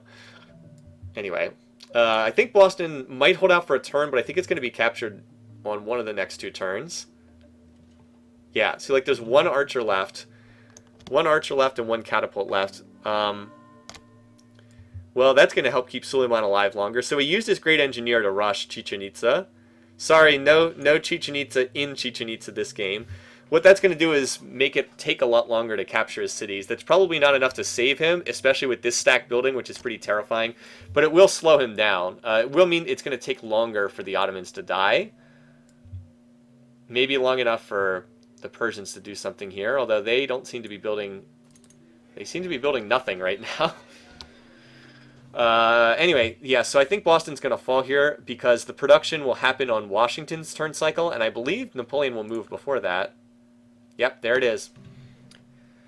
Yep, so Napoleon moved first. That's where turn order really bit him in the butt. Anyway, there is a siege going on over here. Wow, that's a lot of units there.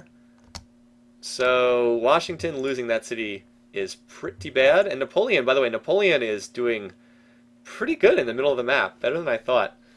A commerce city flipped to Pakal. Wow, you're right. I didn't see that. You guys are right. You guys are correct. That aggressive city plant backfired terribly. And so 1 fewer city for Suryavarman, 1 more for Pakal. Boy, all those predictions of Suryavarman to win are looking pretty terrible right now. He has not had a good game at all. Pakal has been the monster in the east, not Suryavarman. Oh well. Washington still looks like he'll be first to die, though. So we'll keep an eye on this. Washington's going to get catapulted down, and I think it'll fall after it gets catapulted down because there's a lot of units here. Unless Suryavarman's stupid enough to attack. I mean, there's a lot of units on both sides, but with the catapults, I favor the attacker. Anyway, over here, they're at peace, so we don't need to watch this as much. No one's gone after that Barb city yet. So Napoleon has made out really well. He captured Atlanta and Boston. He's got a nice corner of the map here to himself. Cyrus is not planning a war. Cyrus is building peaceful stuff. He's even building wealth. He should get control of this first ring shortly. He should steal that die tile away. Anyway, let's watch the siege down here until something else happens. You had one job, Pakal.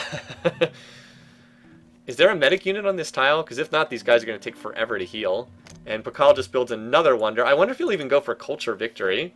I wouldn't be shocked. Look at all these wonders he's got. Ridiculous. But yeah, Suryavarman needs a medic unit really badly on this tile. Because his units are heavily damaged, but he doesn't have a medic to heal them just yet. He can promote a sword to medic. Let's see if he does that. That would be the smart move. Yes he did. Look at that, he did promote it. Oh, and then things got real. Cyrus has decided he wants to take a swing at Temujin. Wow, I can't wait to see the chat's reaction to this one. Let me mark it down, and then I'll get the delayed reaction in 10 seconds. Because of the Twitch delay. Alright, let's go! Come on, Sir Suleiman! Somehow make this work. That's right, Napoleon captured that Barb City away from the Americans. Go Cyrus. Damn it, Cyrus! There it is. Some people are very happy, some people are not happy. Well, well, this might, this might not work out that badly for Temujin. He has a lot of units over there. Cyrus is higher in power, but that's a big stack. Like, look at that. That's a lot of units. That is quite a lot of units. And Cyrus has a lot of units over here for some reason, not on the border. Cyrus's stack is actually not that big. This could end up backfiring in a terrible way. Or not. Or it could end up being a huge... I mean, one way or another, it's going to be interesting. That's the main thing. Sorry, we can't afford a war right now. Alright. So, yeah, the siege is still ongoing here. Actually, I don't know if this is going to break through. I'm not sure. The one thing it's going to do is it's going to keep Washington from reinforcing New York. And look at this. Napoleon's got a big stack here, including catapults. So he'll... Yeah. So basically, I don't know if the city of Washington will fall, but I'm sure New York is definitely going to fall, and Napoleon's going to seize that spoil. So Napoleon is cleaning up in that war. But anyway, let's watch what's going on over here. So Cyrus is moving his stack that way. Temujin has a huge stack here, though. I don't know, Cyrus. This might not be what you planned. Quietly, Suleiman is planting more cities up here, although they're not very good cities. Cyrus might want to get his Ottoman buddy to help him out here. Alright, what just happened? There was combat there. Oh, Cyrus reinforced. I think Cyrus reinforced, and Temujin's stack got cleaned up pretty badly. That was not a good turn for the Mongols. If you have Genghis Khan, that was a bad turn. They lost a lot of units right there, and they did not capture Sardis. I guess there's Cyrus reinforcements moved up. Alright, meanwhile down here, Suryavarman, for some reason, decided to attack Washington when there was still 30% defenses, and it didn't work. He got destroyed. So I don't know what he was thinking there. This has been a terrible, just a poor game from Suryavarman. So anyway, let's watch, see what's going on down here. Yeah, so there's a lot of fighting on the Mongol-Persian border right now. A lot of units trading back and forth. Meanwhile, New York, yeah, alright, so Washington was able to move some units from his capital up to New York, but I'm not sure if it's going to be enough. It's a lot of French units there. We'll see. It's going to be fairly close. Yeah, down to 14%. The attack should come in next turn. Maybe one more turn. Meanwhile, over here, boy, look at all these great generals getting popped on both sides. I think Cyrus is winning this, but it's a lot of units dying. Yeah, Cyrus has a much bigger stack. I'll check the power bar graphs. Let's see what's going on. By the Great Library was built by Pakal, of course. Ooh, look at this. Yeah, that's a lot of power lost here for Temujin, and a lot of power... Wow, Cyrus didn't even get dented. A lot of power lost for Suryavarman. Cyrus is definitely winning the early combat here. The Mayans of the Statue of Zeus. I saw Pakal build it. I should have highlighted that more, but it was built by Pakal. Pakal is really running away with this game. His tech is just so far advanced. If he ever attacks somebody, it's going to be ugly. Alright, so New York just lost all its cultural defenses. Did not get attacked yet, just lost its cultural defenses on foot. However, it's been reinforced to a pretty ridiculous degree. Look at it, yeah, like look at this city. +4 unhappiness, got whipped pretty hard. And that city got whipped into the ground. How about Chicago? No, only that city. Washington itself didn't get whipped, just that city. So this, wow, Suleiman is finally doing what he should have done in the beginning of the game and planting cities in the north. I wonder if we'll get this Barb city. I guess we'll find out. So he's quietly adding more cities. Also, this city is under a lot of cultural pressure, although it shouldn't flip though. As is Aderna. Well, I guess there's a library in there, so it'll be okay. Cyrus, well, that's, yeah, you're not going to take that city anytime soon. Cyrus needs to heal up his forces and try again. All right, there is going to be an attack on New York. I don't think this is going to succeed. There's too many axes in this city. Going to kill some units, but not take the city. Yeah. So quite a few units lost on both sides, but no city straight, nothing changing hands. No, the Ottomans don't have Statue of Zeus. Yeah, Cyrus if you had Pakal #1, Cyrus #2, that's looking pretty good right now. But it is still early. Many things can still change. All right, thanks for. See you later, Sleeping Dragon. Glad you enjoyed it. Can always catch this later on the recording. He's obviously got metal casting now too. And this city's under attack, but I don't know if it ever grew to size 2. He's got longbows and a sword attacking for some reason. I don't know if this city ever grew to size 2. I think it did, but I'm not 100% sure. In any case, if that falls, then it'll... well, hey, we got the ballista elephants on the scene. In red this time. Aren't they normally in blue? I guess they changed due to the flag color. That's pretty cool. Neat. Yeah, I guess they changed due to the flag's color. But yeah, anyway, so Washington's actually holding out longer than I thought he would. He's done a good job of turtling down here, but his research is pretty awful, and he only has 5 cities, so it's just a matter of time. Meanwhile, Cyrus and Temujin still exchanging units. Neither one's been able to capture a city yet.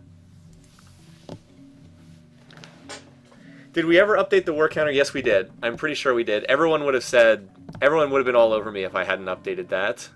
Well, Cyrus somehow got a stack up here. I don't know how he got this stack here. Looks pretty good, though. Oh, boy. Look at these 2 big stacks. They're going to clash, and one of them is going to win. Who's gonna win this?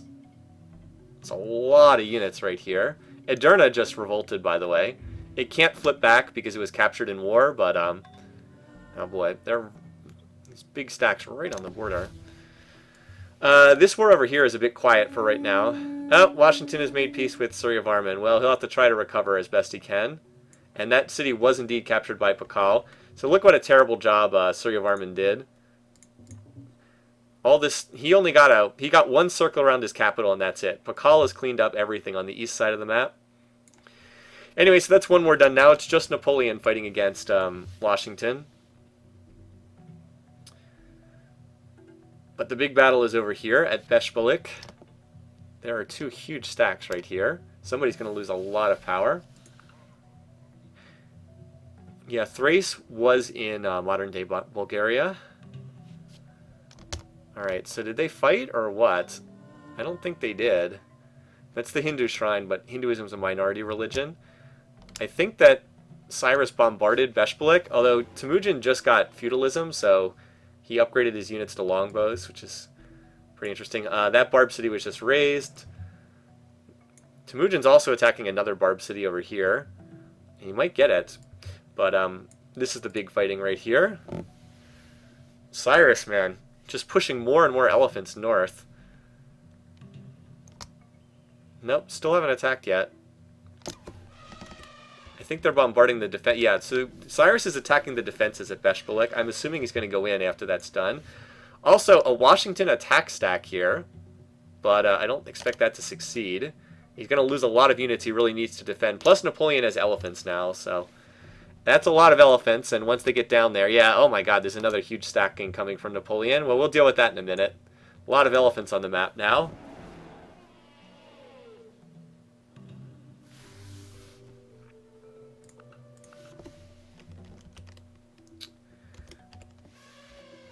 All right. The attack should come in this turn. There's no defenses left. Let's see. This is going to be a bloodbath. Ooh. Not good for Temujin. He was looking good just a few minutes ago, but not so good now. So that was a big battle, and he did not win it. I think he lost most of his stack there.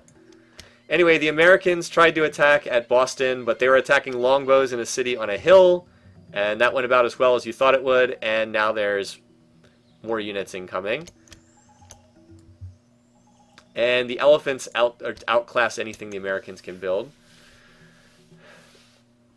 Alright, you request I show this? Alright, I'll take your word for it. What is this? Cyrus came in like a wrecking ball. I guess he did. By the way, I bet it took hours to do that, bet it took hours to create that image. Just hours to put that together, I'm sure. Well played, though. Very nice, Twinkle Toes. I'm always hesitant to click on links in the chat, but that was worth it. Anyway, so yeah, that was a pretty big fight. Also, if Cyrus captures Aderna, it will get either gifted or flipped back to Suleiman. So that's more bad news for Temujin. This city's pretty useless, and if it gets captured, he won't even be able to keep it. So I guess the big stack now is this one incoming. Surrey of Armin has come. Yeah, there's not much in New York. Washington, I think, is running a little low on units. He's had to whip his cities so many times. Like, this one still has major whip unhappiness. Washington's lasted a little longer than I thought, though. I thought he would be dead sooner than this. I'm a little surprised Pakal hasn't tried to take a swing at him, but Pakal is just building every wonder in the game.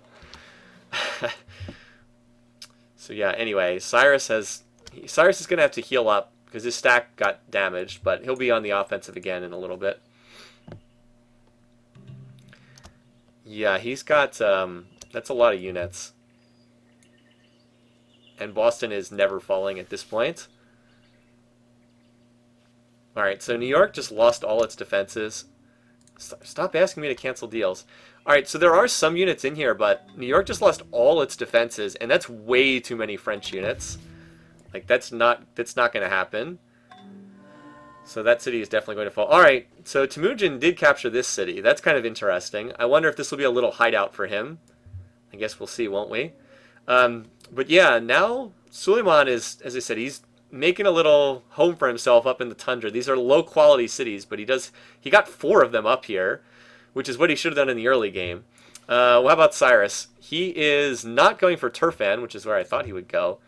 I guess he's heading... I don't know where this is heading, actually. He's just spamming elephants everywhere.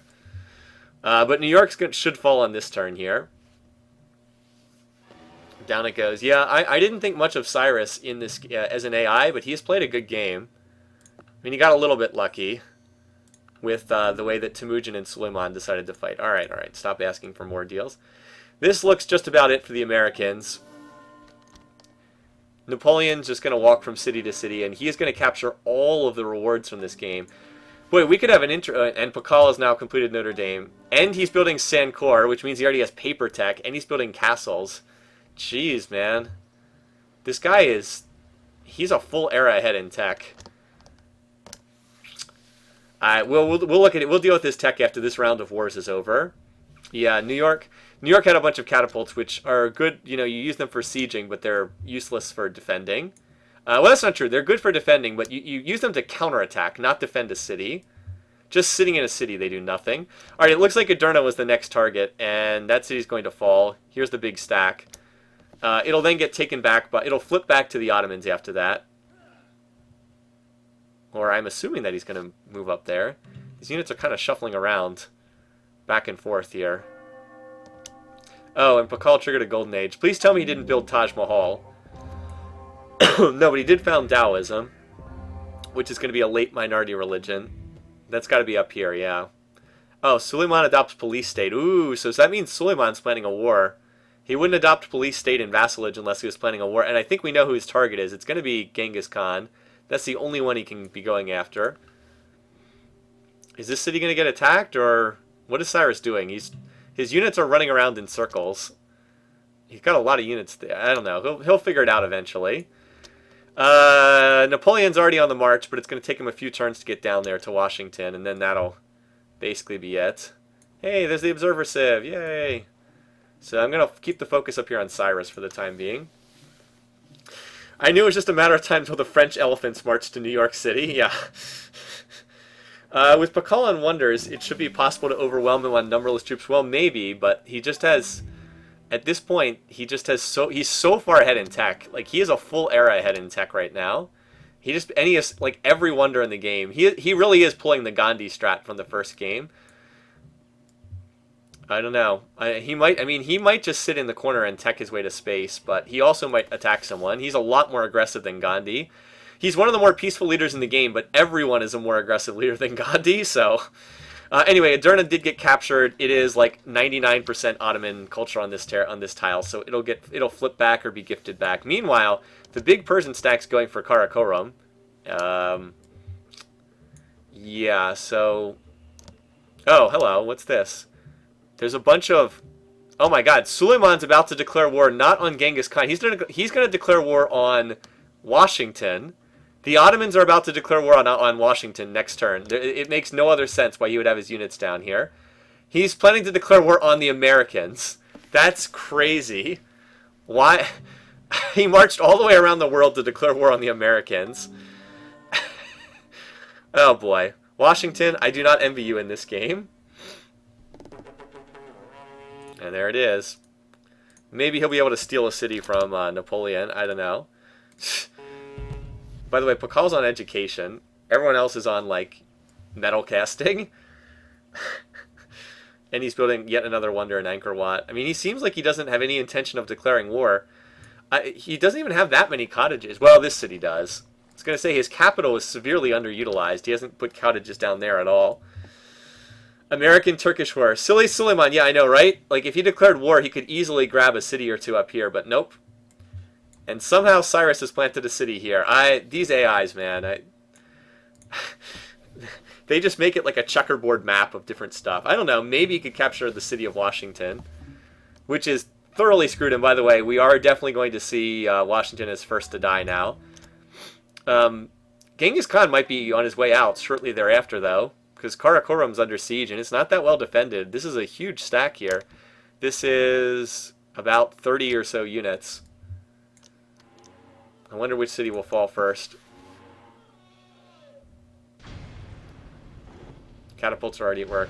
Probably Washington. Cancel your deals with the vile Americans. Well, that's... Yeah, not so much. Alright. I expect Washington to be attacked soon. Who moves first? Napoleon moves first, then Suleiman moves second in turn order. Oh, the troll job! Look who got the cat. By the way, Pakal just discovered liberalism, so I'm not sure how much the rest of this even matters. But look at the troll job. Suleiman captures it, and he gets an academy, Scotland Yard, and the thoroughly useless Great Wall for his troubles here. Wow. So now there's an Ottoman city on the other side of the map. Look at that. Yep, universities and liberalism before 1000 AD. Now he's got the universities going up, and Taj Mahal, and he already has the mausoleum, and like every other wonder.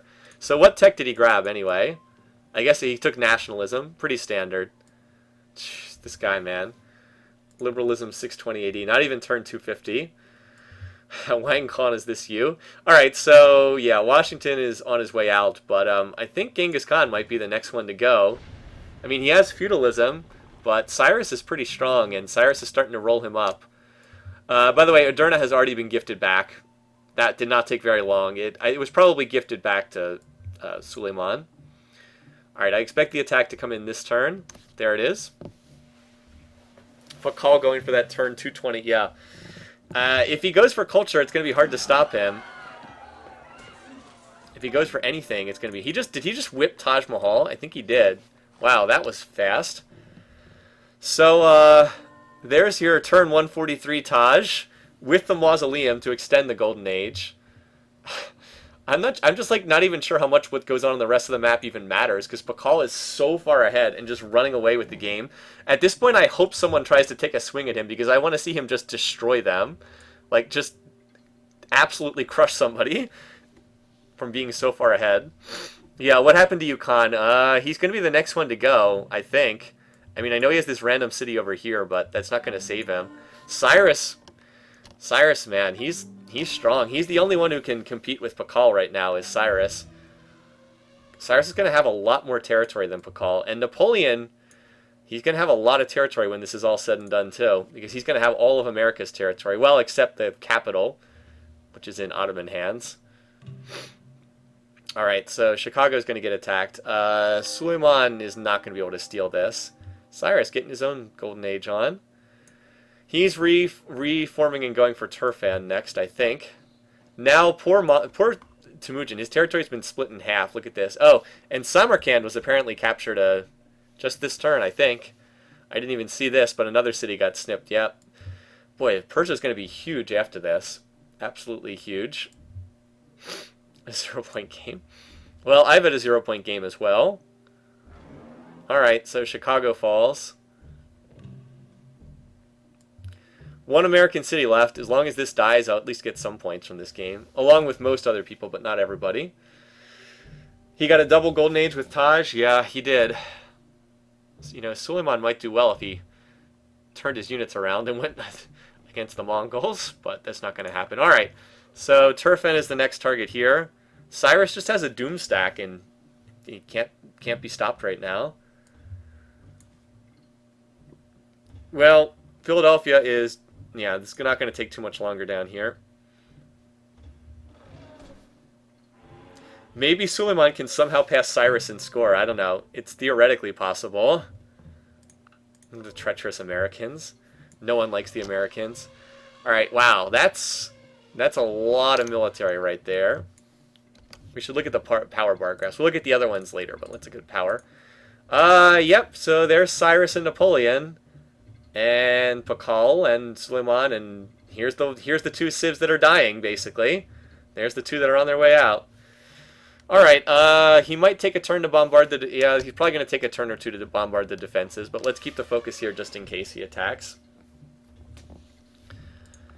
Yeah, Napoleon will not be first to die this time.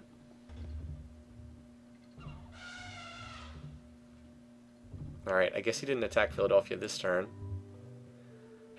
Boy, everybody keeps asking me to attack the Americans. Alright, this city's going to fall, though. Check this out. Turfan has, like, nothing left in it. And Cyrus is... Wow, he's got so many elephants. Ridiculous. By the way, Pakal, I believe, just got the economics free great merchant.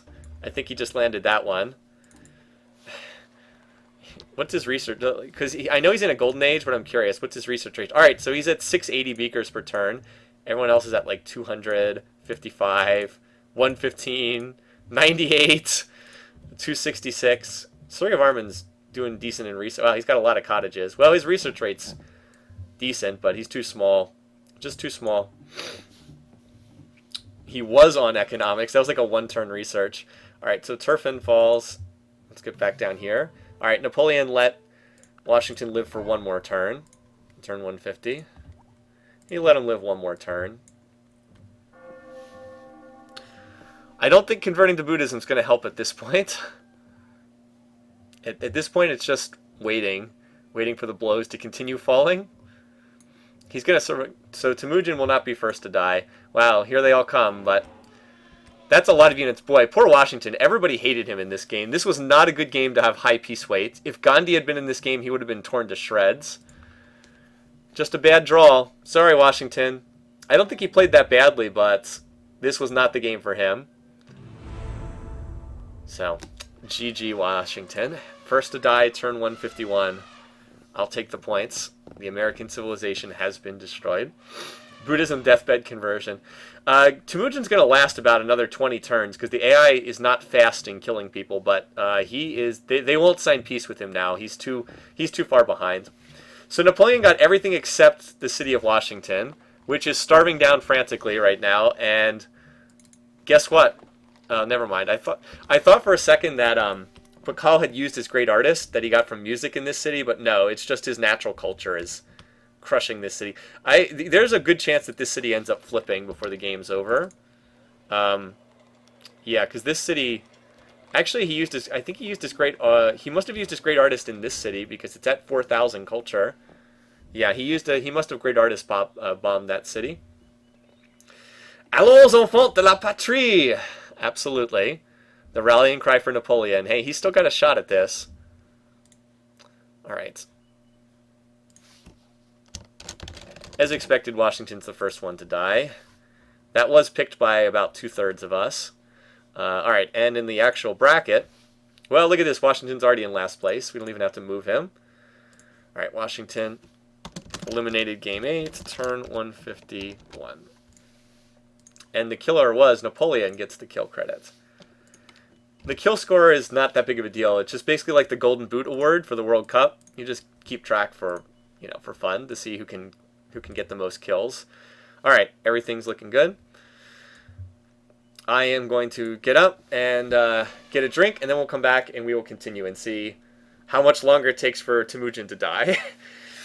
Be back in a minute.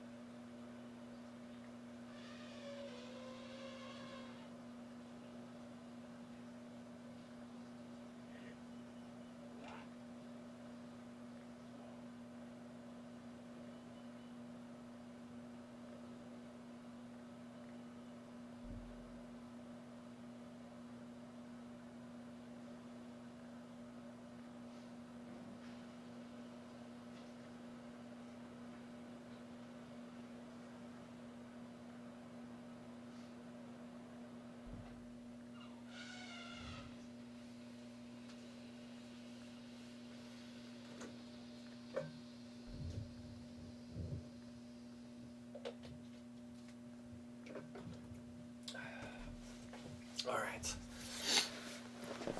I definitely suggest getting up and stretching every couple hours if you're doing any kind of game or computer thing or whatever. So my legs start to get stiff if I sit for a long time. Too much of an old man, right? All right.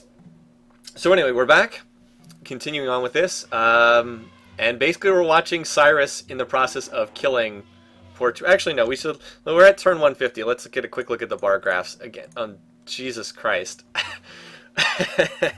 Wow. That's pretty terrifying. I know he's in a golden age, but that is still terrifying. I mean, he is so far ahead in GNP. Pakal just running away with this one. Anyway, production, Cyrus is in a golden age. That's why he's up there. Food, getting pretty close. Yes, we can show the Diplo screen. That is a good request. Power, I think we saw that a little while ago. Culture, he has used some great artists for Culture Bomb. Interesting.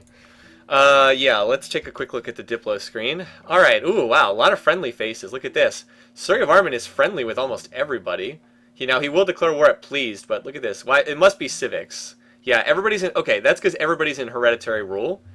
So who has hereditary rule? All right, so Pakal and Suleiman both have hereditary rule as their favorite, so they love everybody from that. And Surya Varman has organized religion as his favorite, and everybody's in organized religion. So that's boosting a lot. Also, look at this. Cyrus has vassalage as his favorite civic, and most people are in that. So there's a lot of civic boost pulling relations up right now. Look at this. He's annoyed with Temujin. Napoleon's annoyed with Cyrus. What? Well, that's interesting. We got to keep an eye on that for later on. Napoleon is annoyed towards Cyrus. Huh, that could be interesting. And Cyrus is cautious towards him. Napoleon's also cautious towards Pakal. Ooh, now that's interesting. How about Pakal? He's cautious towards Suleiman. He likes everybody else. All right. Interesting stuff. Anyway. The march is on. Cyrus continues to march on. All right. Enough. They spam me with requests constantly. So Napoleon's at peace. We'll see what he decides to do at peace. Well, he's building trebuchets and pikes, so it looks like he's gearing up for another war. I wonder what Suleiman's going to do. If he'll bring his units back and try to take some Mongol cities, maybe? And now he just ran... No, he just ran them all into Washington for some reason. Does he... Maybe... I was going to say he doesn't have open borders with Napoleon, but they're standing in each other's territory, so he clearly does have open borders. Alright, New Sarai should fall as soon as the attack comes in. Temujin's basically dead at this point. We're just waiting for the corpse to be taken out. Suleiman's actually recovered decently on the top side of the map. Like, look at this. These little icy tundra cities are now growing. That is a lot of blue on the minimap. Look at all these blue units. Looks like Suleiman is... What is he doing? Is he still sending units to the south? Where would they be going? He wouldn't be foolish enough to try attacking Pakal, would he? Alright, so New Sarai still hasn't been attacked yet. He's still sending units south. Look at this. Suleiman is apparently wants to pick a fight with somebody. Would he really be dumb enough to attack Pakal? I can't imagine he would be that stupid. He's only cautious with Pakal. And apparently he voted against Pakal in the AP. I can't believe he would be that dumb, but it looks like he might be. Alright, so New Sarai has been captured.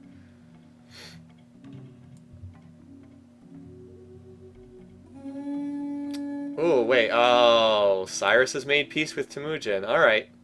Interesting. I wonder why he signed peace. Temujin is, like, finished at this point. He's never... He can't recover from this position. He's too far behind in tech. I would think that if Suleiman declared on someone, he'd declare on Temujin, who's much weaker and his most hated opponent. But there's a reason why we call him Silly Man, right? Anyway, Cyrus has picked up a ton of territory for himself. He already had a lot, and now he's... Well, how many cities did he pick up in that war? Well, Sardis was his. 1, 2, 3, 4, 5 cities, including the capital, which has the Great Lighthouse. Ooh, I forgot. He has, he doesn't have a lot of coastal cities, but he does have some, and it's, it doesn't hurt, certainly, to get that extra trade route income. Yeah, printing press 920 AD.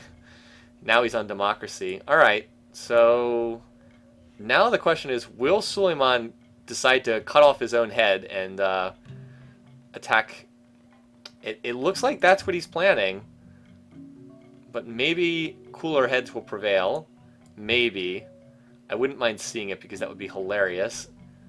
Pakal is not that far from rifling at this point. He's just researching, though. He's not planning on attacking.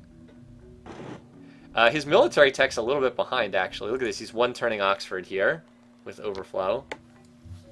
Crazy. Alright, now apparently he has open borders because he just walked a unit in. Actually, I was going to say Pakal might be planning on attacking, but these guys all have defense mission. How about Napoleon? He's still building units. Building some courthouses, but still building units, too. Suleiman, I don't know. I can't figure this guy out. His gameplay has made very little sense this entire game.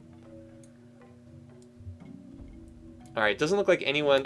Wait, are there any wars right now, or are we totally at peace? I think we're at peace, aren't we? Yep. We're completely at peace. Alright. So right now, we just sit back and wait for something to happen. Alright, someone just circumnavigated. Who am I kidding? Of course it's Pakal has circumnavigated. Who else would it be?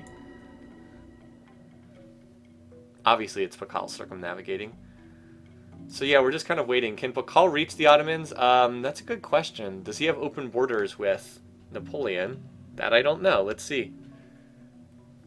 Yeah, he has open borders with everyone, so he can reach anyone right now.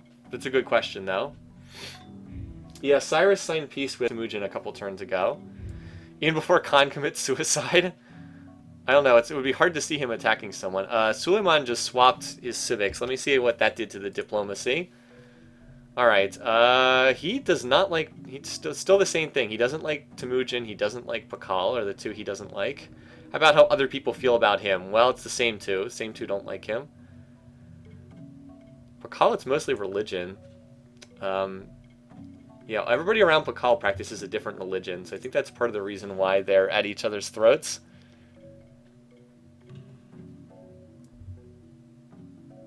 Varman seems to be just chilling right now. Boy, Napoleon got a lot of territory from that war. And he's building units, so he's probably getting ready to attack somebody again. That's what Napoleon does. He, as I said, his AI is basically the same as Genghis Khan. Oh, what was that? I was spinning a lot there for a second. I guess nothing. Oh, Pakal just adopted emancipation, so... And free market. He didn't go to free religion. Oh, look at this. He's building the Statue of Liberty as well. And building the Statue of Liberty. He's basically playing a completely different... He's in like a completely different game from everyone else.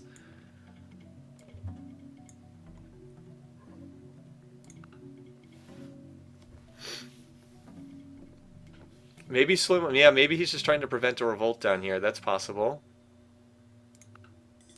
That could be it. Although I would think he'd move some of these units back to his home territory, because he's got a pretty big army down here. Napoleon adopts theocracy. No surprise there. Wartime civic as usual. Pakal on scientific method now.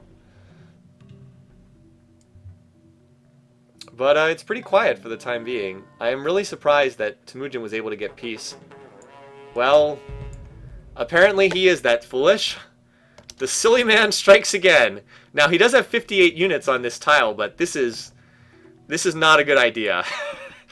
Silly man strikes again. Alright, Suleiman has declared war on Pakal. Oh dear. Well, Pakal actually doesn't have that much military tech. He actually doesn't have that much military tech, but he will. Silly man. Let's see, because let's check out their relative tech trees. Alright, so here is Suleiman. He's like medieval. Mostly finished with the medieval era. Not that bad, but he doesn't have anything beyond medieval. Here's Pakal. Pakal has not only every medieval tech, he also has all the Renaissance techs. And he's basically going to, he basically is, wow, he's going for communism. Alright, he's doing the silly communism play, but at some point he'll grab gunpowder and rifling and military tradition, and then he'll just steamroll this guy. I don't know, I don't think this is such a good idea. I mean, he's probably going to capture this city because he's got the big stack, but you can't think that this is going to work in the long run. Pakal is so far ahead in tech, it's almost disgusting. Although he is building observatories right now. I don't know, maybe if he gets Napoleon to join in, that's the only way I could see this working. Maybe if he joins with Napoleon, they can take down Pakal, but that's the only way it could happen. Wait, what just happened? Oh, that stack turned around. What? Oh my god! The Apostolic Palace! Apostolic Palace! Apostolic Palace shenanigans! That's 2 more war declarations. So what Pakal did was he got everyone to declare war on Suleiman in the Apostolic Palace. That was 2 war declarations. So Suleiman immediately signed peace with Pakal, but now he's at war with Suryavarman and Genghis Khan.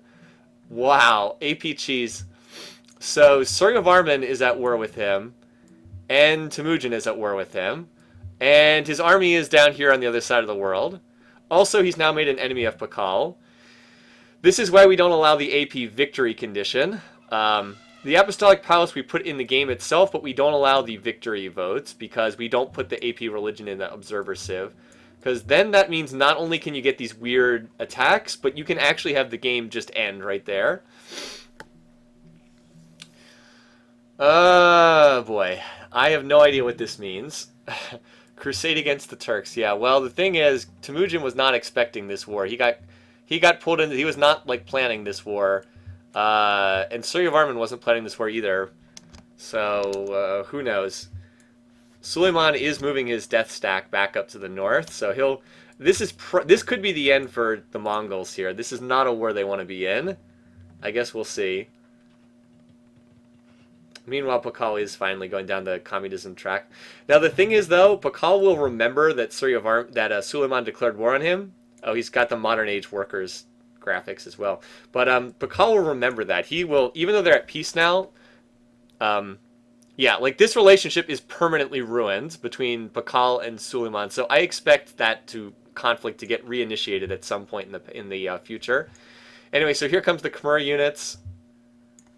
The Mongols don't really have anything available. Here comes the Ottoman units. He's like, just let me tech in peace. Jeez, go away. That was pretty weird. I don't know why. Why can you... Alright, so this is weird. Why can you build archers? That's just bizarre. He already has feudalism. Alright, that has something to do with us changing the colors and going in the world builder. They can apparently build some units that should be obsoleted when that happens. That's weird. Well, anyway. The Ottoman stacks are still racing. Here's the big Ottoman stack. It is slowly moving back to the north. We'll see what happens when it gets here. AP cheese, man. So the wars that are going on right now is the Ottomans, the green Ottomans, are at war with the red Khmer and at war with the brown Mongols. That's the only wars going on at the moment. By the way, note that this city now has no defenses in it at all. So if Pakal ever wanted to attack, he could flip in here. So the real question is, what about Cyrus? What about Napoleon? Napoleon does not... Oh, look at this. Napoleon's annoyed towards Cyrus. Ooh. Cyrus is actually pleased with everyone, so he won't declare war. But Napoleon, he is annoyed towards Cyrus. That would be interesting to watch. Napoleon appears to be in a building cycle because he's throwing up grocers everywhere. But, boy, a France versus Persia war would be pretty interesting to watch. Anyway, so here comes the Khmer stacks. I don't expect him to do that much. Suleiman's even in tech, and he's got the Chichen Itza for the defensive bonus. Oh boy, look at this guy. He's the worst enemy of Genghis Khan and Pakal and Suleiman and Suryavarman. He's made the Apostolic Palace has made him an unhappy camper. Cyrus founded Judaism at divine right, but that shouldn't mean anything. Meanwhile, this city's being attacked. I wonder if this could get... It's a lot of great generals being born. And a great prophet. This city is being attacked right here by crossbows. But it looks like Temujin reinforced it, so it's not going to fall. There's a lot of Khmer units. Look at all these Khmer units coming across. Where's that big Ottoman stack? It should still be on its way. It was down in French territory. It should almost be back now. Where are those units? Oh, here they are. All right, here's Suleiman's stack. He has almost brought it back. This is his main army here. So we'll see where this one goes. He's got castles and Chichen Itza, so I really don't think that there's going to be much captured here. All right, well, Statue of Liberty is just finished. Now he's building the Kremlin. Straight from Statue of Liberty to the Kremlin. Crazy. This city, I think, is going to get captured at some point soon. Temujin then still just has that city. Like, Temujin just can't do anything. He has so few units, he can't produce them in time. Let's see where this humongous stack goes. I'll probably go send it towards the Mongols. Nope. Nope, he used it to clean up the Khmer units instead. Or, yeah, he used it to kill all the Khmer units. That or the Khmer retreated, one of the two. So, yeah, I don't think Suleiman's going to lose anything. I think he's going to use this war to... Yeah, I think he's going to try to use this war to take out the remaining Mongol cities. I'm just watching this Doom stack to see where it heads. So once again, Suryavarman's going to waste his production fighting a war that is not going to give him anything. Poor Suryavarman, he's had a rough game. Alright. And then things got interesting. Napoleon has declared war on Cyrus. That's a big stack. Alright, well... You guys want to find out who's going to come in second place? We're going to find out real soon here who's going to be the second place Civ. Time to get your popcorn ready. So, Cyrus and Napoleon are... One of them's going to get second place, I think. I think Pakal's going to win. That seems pretty likely at this point. So, we're going to find out right here. Here we go, boys. That's right, Listaki. This is a pretty big stack right here. 80 units. Jeez. 80 units in this stack. But Cyrus's Doom stack is right here, too. Wow. Wow, look at them. The two of them are number 1 and number 2 in power, and they are right on top of each other. I wonder if one of them could win by domination if they... Well, I doubt they can win by domination before Pakal can launch a spaceship or win by culture. Alrighty, let's see. Well, they just fought. I don't know who won that. Cyrus, maybe? I think Napoleon just got smashed, because Napoleon had 80 units in that stack, and Now he doesn't. Oh my god. Great general, great general, great general. Whoa! Oh my god. So they spawned 4 great generals, and then Napoleon signed peace because he got his ass kicked. Wow. That happened in a hurry. The one-turn war. The one-turn war. Well, that was over in a hurry. But now these two hate each other. Yeah, now these two will not be friends. Now, Napoleon was already annoyed, but he's still annoyed. Now, Cyrus is not going to be pleased at all. Wow, that was fast. I guess we have to wait one more turn for it to show up in the bar graphs, but yeah, that was pretty ugly.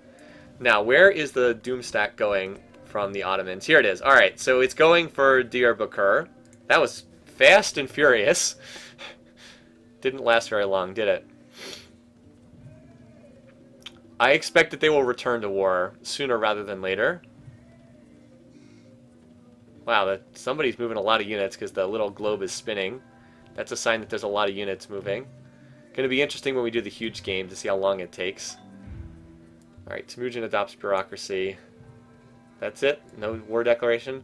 Typically when we see that, it often means a war declaration. I wonder if that was the Apostolic Palace. That's possible, but that was pretty fast. Alright, so I think that, yep.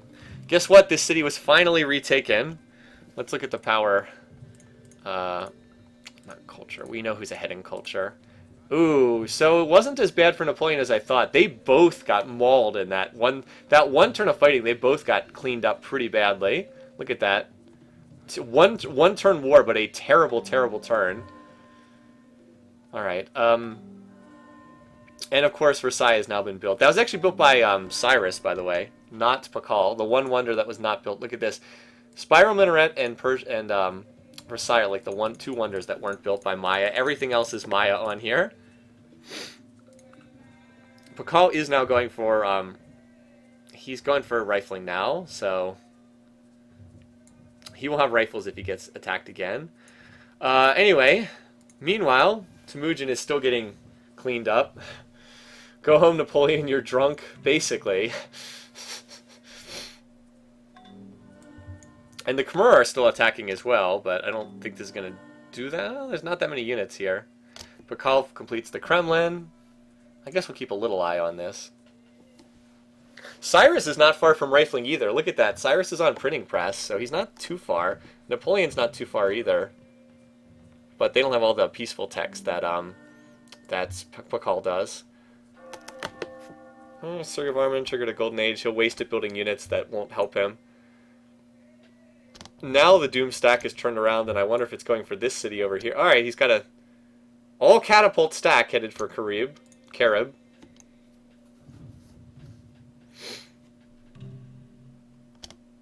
A lot of catapults.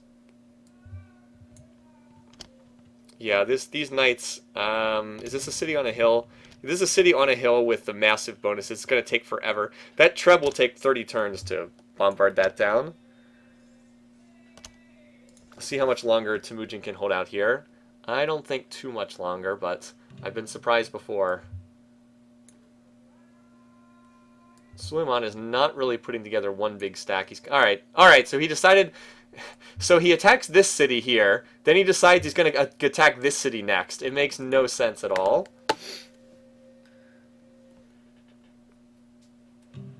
Why do the imperialistic leaders get double great generals? Well, they're like leading.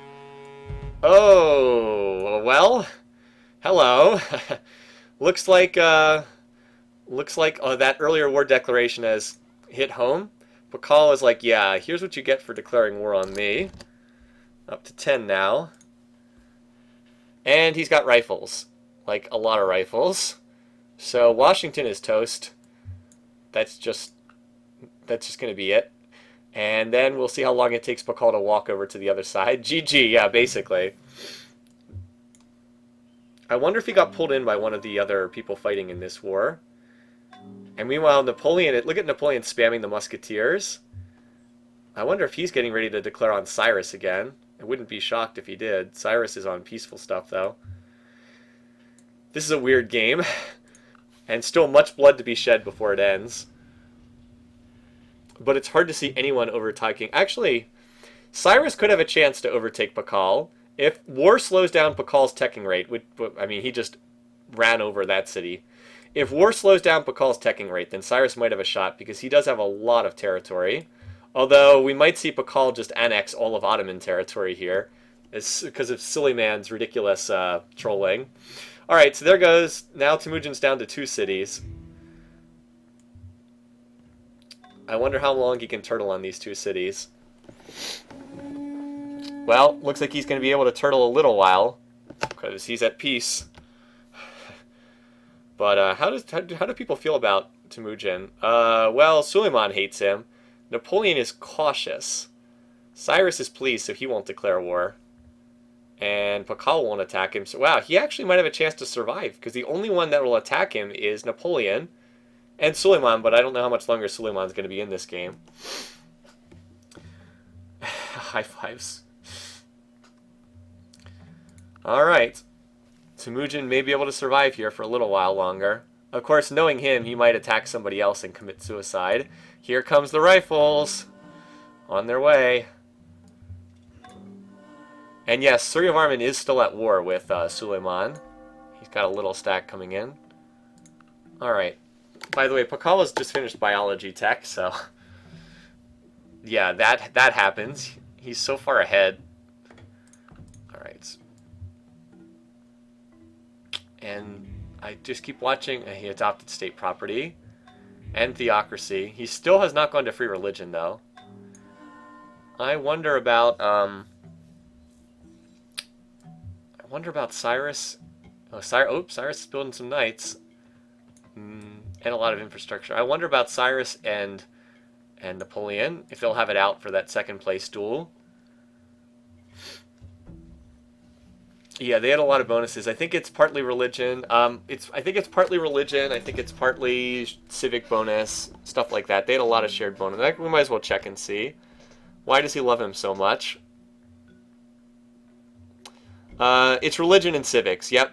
So if either one goes to free religion, or if they swap out of civics, that will go down to nothing.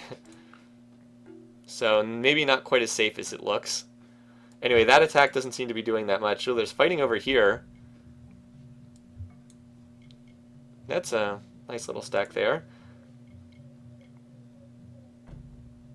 But, yeah, so if it wasn't for Pakal, I think this wouldn't be that bad for Suleiman, but of course he does have to deal with Pakal.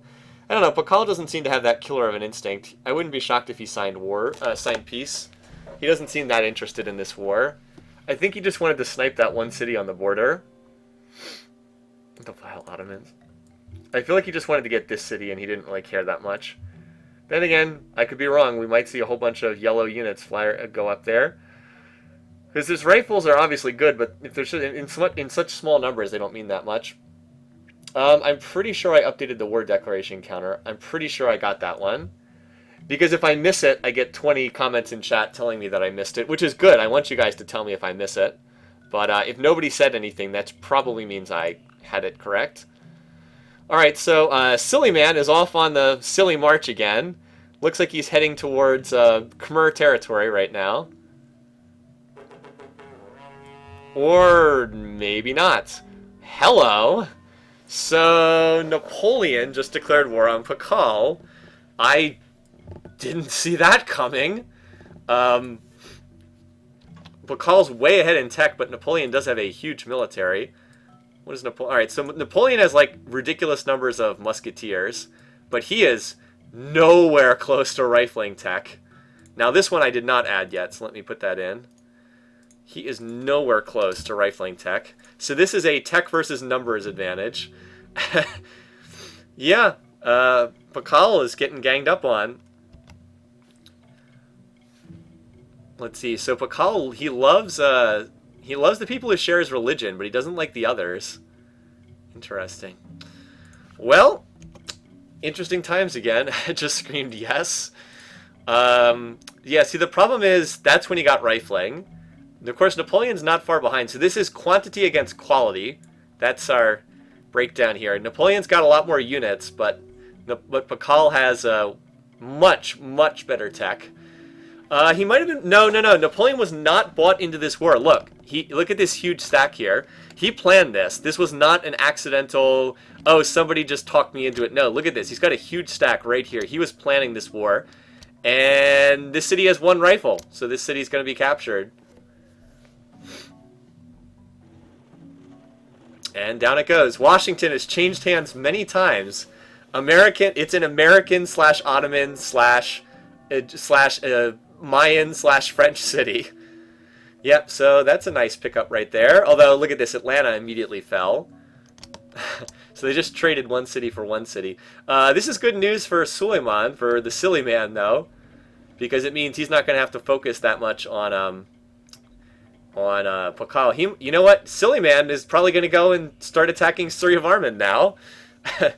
Strangely enough, he might go for Atlanta, too. Well, this game got weird. And then we still have Cyrus to deal with. Who's sitting on his hands for the moment. And now Cyrus backstabbed that French twat. Oh boy. What's going on up Atlanta? Oh, Atlanta's getting reinforced. A lot of rifles in there. But here comes Suryavarman!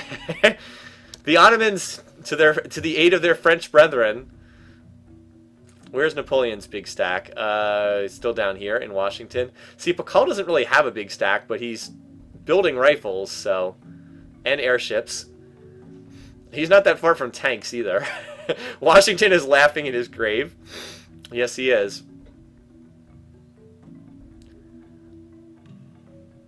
So, yeah, this city, that city's not that well defended. Atlanta seems to be the target right now. Although it is maces and elephants against rifles, which is bad combat odds. This is just chaos at this point. Just like units running through each other's territory. There are so many foreign units in French territory right now. It's pretty absurd. All right, so all those attacks on Atlanta got cleaned up in a hurry. Looks like Tech might be winning out here because the rifles are just not dying, period. Like, Pakal's units are simply not dying. They're too technologically advanced. Alright, here's the silly man Doom stack. I wonder where he's going with this. Alright, maybe Atlanta? Maybe Rajavahara? I guess we'll find out. So Cyrus could have gone for, well, it looks like Janissaries are finally on the field, which will do well against everything other than rifles. So we use these units, I was going to say we use these units. We use these units in a bunch of our multiplayer games. You don't see the Janissaries that often. Pretty cool looking, I guess. So I think Pakal is slowly turning the tide here, because his units are just, as I said, the Mayan units are just not dying, and the other units are. So, yeah. We urgently request mighty India's aid. Alright, it looks like Silly Man is going to go for this city with all the rifles in it, as more and more great generals keep getting birthed all the time. Yeah, this attack is not going to happen. There's too many rifles here, and Washington might get recaptured right back again. Only one place. Where's the stack going from Suleiman? Only one place, straight to their deaths. Oh, nope, look at that. Quantity wins out over quality. He did kill the rifles in Atlanta, albeit I'm sure at terrible, terrible cost to his forces. How many great generals is this guy popping? Pakal is landing a lot of... Oh boy, he's on steel. That's not good. Cyrus, though, is almost caught up to him in score, for whatever that's worth. I'm sure the losses are pretty terrible in this war. Alright, let's turn 200. Let's check out the power graph. Oh boy, look at that. Big time losses. But Pakal has lost. He is losing units. Major losses on both sides there. How about GMP? Cyrus is making some progress. He's starting to catch up a little. Sure looks like Cyrus is the only one who can really compete with Pakal right now. Not on culture. Oh, Napoleon was in a golden age too? Interesting. So yeah, there's a lot of fighting going on right now. This will probably get gifted over to Napoleon. Back to him again.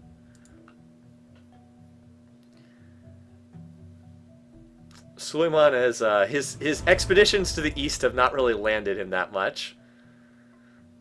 All this fighting.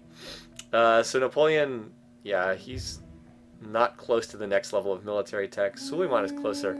All right, Pakal has made peace with Suleiman, so now it's just Napoleon versus Pakal. A lot of short wars in this game. That means Suleiman might be free to turn and deal with Temujin again. How do people feel about him? I think I looked at that before a minute ago, but it might have changed. Yeah, Suleiman, it's probably a matter of time until Suleiman goes back and attacks Temujin again. Probably just a matter of time. How about Cyrus? He is cautious with Napoleon. That's the only one Cyrus will attack. He won't declare war at please, so he'll only attack Napoleon. Cyrus, he's really far behind in tech. Maybe if he could win by diplomatic or something, I don't know. Knocks on the door of the Cyrus clubhouse. For a young man killed in battle to lie mangled by the bronze spear. In his death, all things appear fair. Welcome to my Bronze Age. Yeah. No, Suleiman just made... Oh, that's right. Suleiman's at war with Suryavarman. That's right. That's right. They're still at war. You're right. So he is safe for right now. That's true. Boy, Suryavarman, we haven't talked much about this guy lately, have we? He's off researching scientific method for some reason. Yeah. Interesting. Well, unfortunately for the silly man, he kind of blew his entire stack taking Atlanta, which he then immediately gifted back to France again. So he kind of lost all his units doing that. And Genghis Khan has adopted caste system. I wonder. Anyway, wow, this city was taken. Holy crap. I didn't see that coming. So another French city, or another Mayan city was taken over by the French. They've actually taken over both of these cities down here and held on to Atlanta. So Pakal is actually losing cities. Cyrus is not that far away from him in tech. Of course, the big problem is he still hasn't gotten military tradition, so he doesn't have any calves running around, which would help him out markedly. Yep, Suryavarman, hey, he's still got an outside shot at second place. Maybe, if either Pakal or Cyrus runs away and becomes the leader. It's unlikely, but I suppose it's possible. Suryavarman has no chance to finish in first at this point. And the question does remain, will anyone kill this guy? I feel like at some point someone will, or he'll just attack someone in an insane display. But I guess we'll have to see, won't we?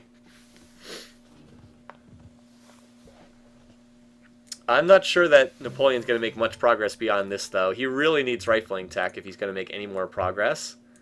There's a random Khmer stack hanging out here. So yeah, this appears to be the front lines here. Oh, look, there's a cannon. Now Pakal has cannons. But, you know, musketeers do decently against them. Napoleon does have a lot of cities. What the? And Suleiman has now made peace with Suryavarman. So this city was apparently gifted back to Suryavarman, or Suleiman. Wow, these names are so confusing. Apparently, Suleiman was gifted this city back by Napoleon, so it actually can't be captured now because Pakal is not at war with Suleiman. So I wonder if Suleiman will turn and try to deal with Temujin. Now the only war is between Napoleon and Pakal. That's it. The musketeer rifle gap's pretty big. Musketeers are strength 9, rifles are strength 14, but in addition to that, rifles get a bonus against... oh no, they get a bonus against mounted. I'm sorry, I'm thinking of infantry. It's pretty big. Strength 9 against strength 14 is pretty enormous. That's a bad matchup. Now I have a machine gun. Yeah, machine guns, they just laugh at musketeers and knights. Once he builds machine guns, there's no way he loses any more cities. It's not happening.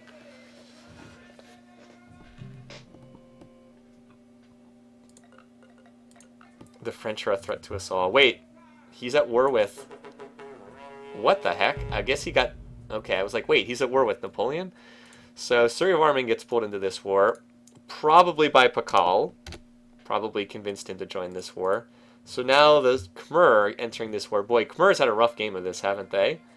I'd be worried if I were them. I'd be worried if I were them that Napoleon signs peace with Pakal and then just eats their little civ.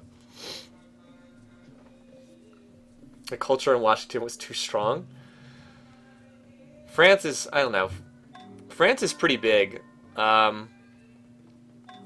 If Pakal would actually go for military tradition, he'd have a much better chance of taking this out. But Pakal doesn't have that many cities. Like, if you look at him, yes, I know it's a lot of territory on the mini-map, but look, it's 1, 2, 3, 4, 5, 6, 7, 8, 9, 10. He has 10 cities. Napoleon has 1, 2, 3, 4, 5, 6, 7, 8, 9, 10, 11, 12, 13, 14, 15. So Napoleon has 50% more cities. Like, that makes a big difference. Now, granted, he's not as far ahead in tech. His cities aren't as good. But, like, that does make a big difference. Yeah, now Washington can't be captured by the Mayans. It's also unhappy because there's no one in this city. How do you guys know about the war before I do? I don't know. And Suleiman's triggered a golden age. You know what? He's still building units. I think he wants to go after the Khan and eliminate him from the game. I think. Yeah, so like because Napoleon has so many cities, I think Pakal could defeat him eventually because his tech is so much better, but it certainly won't be fast. It'll be a very long war. And what's this? Cyrus has some units. Oh wait, no, he has spies. Never mind. I was like, why are there Cyrus units in Napoleon's territory? What in the world is this? Look at all these caravels. What in the world is he doing with these? Going to attack Pakal at sea, I guess. Pakal's on assembly line, though, so... yeah, he's going to have infantry when the other side doesn't even have rifles yet. That's pretty terrifying. France isn't eating anything unless he can get peace with Pakal. He just desperately has to hold his own cities right now. Suleiman, yeah, Suleiman's still building units, so... I think he's got his eye on that. Cyrus, by the way, Cyrus is about to attack someone. He's got all rifles everywhere. Who is Cyrus going to declare on? Well, there's only one person he can declare on. That's Napoleon. Oh boy. Cyrus is building up for a war against Napoleon. Oh my god. I just found Cyrus's stack. Holy crap. Cyrus, this is going to be very, very bad for Napoleon when this hits. Pakal is Pac-Man. Kind of. This is going to be very, very bad for Napoleon when he actually declares war. And he's on military tradition, too. It hasn't happened yet, but I think it's going to happen soon, because he's building rifles in every city. And he's researching military tradition, at which point in time he'll upgrade all his units to calves. And Napoleon is still a long way from rifles. He has still got quite a ways to go. He's only on paper tech. This is not looking good for Napoleon. Like, this hasn't even happened yet, but... there it is. He just declared war. Ha! We spotted it ahead of time. I always like it when we can spot the wars before they happen. That's, I think that's pretty fun when that happens. There it is. So, round 2 of their conflict, but, I don't think this is going to go well for Napoleon. As Pakal goes into environmentalism. Yeah, see the big Pakal stacks are finally starting to hit. He's building factories. He's got infantry rolling out. And Cyrus is rolling in a death ball from the left-hand side as well. So this is not good. France is a big territory, but I think it's going to get eaten. It just depends. As long as they keep fighting, France would need peace. I don't know if they're going to be willing to give it to them. But France is actually... remember, France is at war with the Khmer, with the Persians, and with the Mayans. They're all at war. And he's fighting with longbows and musketeers against infantry and machine guns. That is not a matchup you want. Not a good situation at all. We should probably check to see where everybody is in power. And we've also lost the bar graphs on Pakal, so we'll have to start using his bar graphs. Yep, that's when Cyrus decided he wanted to start building units. He was like, oh, this is where he makes the decision to go to war, and he just switches all his cities over to military. And you can see Pakal, after having a rough go early, his power started spiking. Here's Suleiman. Look, his power is going up too. He's planning to I'm sure he's planning to attack Temujin. This is not good for Napoleon. He's gonna get cut in half from both sides here. Just too over aggressive. That's always the thing with people like Genghis Khan and Napoleon. They just tend to be too aggressive. Shaka's usually like that too, but Shaka did manage to win his game. And the other thing I'm waiting for is I'm waiting for the war declaration, Ottomans against Mongols. I think we're going to see that. Alright, so Napoleon signed peace with Little Suryavarman, but that's not the main action. That's not, you know, that's not that important. Meanwhile, the Persians are coming in from the west with all their units, and the Mayans are coming in from the east. So this city is going to be recaptured. This Mayan city was originally a Mayan city.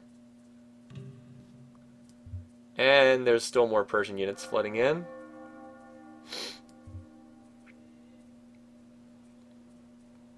Cyrus seems to... Alright, I was going to say, where's Cyrus's stack? I know he had a big one, and then it's like, oh, there it is. He's got 50 or so units in Gordium. Alright, yeah, the tech advantage is just too big. Oh, Pakal is finally researching military tradition. He'll finally be able to replace his knights with calves.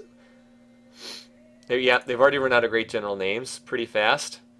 But the big thing is the infantry. Infantry and factories. Like, infantry just destroy longbows. There's almost no way that a longbow can win that battle, even with all the defensive bonuses. I mean, infantry are strength 20. Longbows are strength 6. That's an uneven matchup. Alright, when is this stack going to move out? Oh, it's probably attaching this to it. Anyway. So, yes. It shouldn't be too long. New York got bombarded. Cyrus is still building up his stack. I wonder how much longer he's going to keep that going.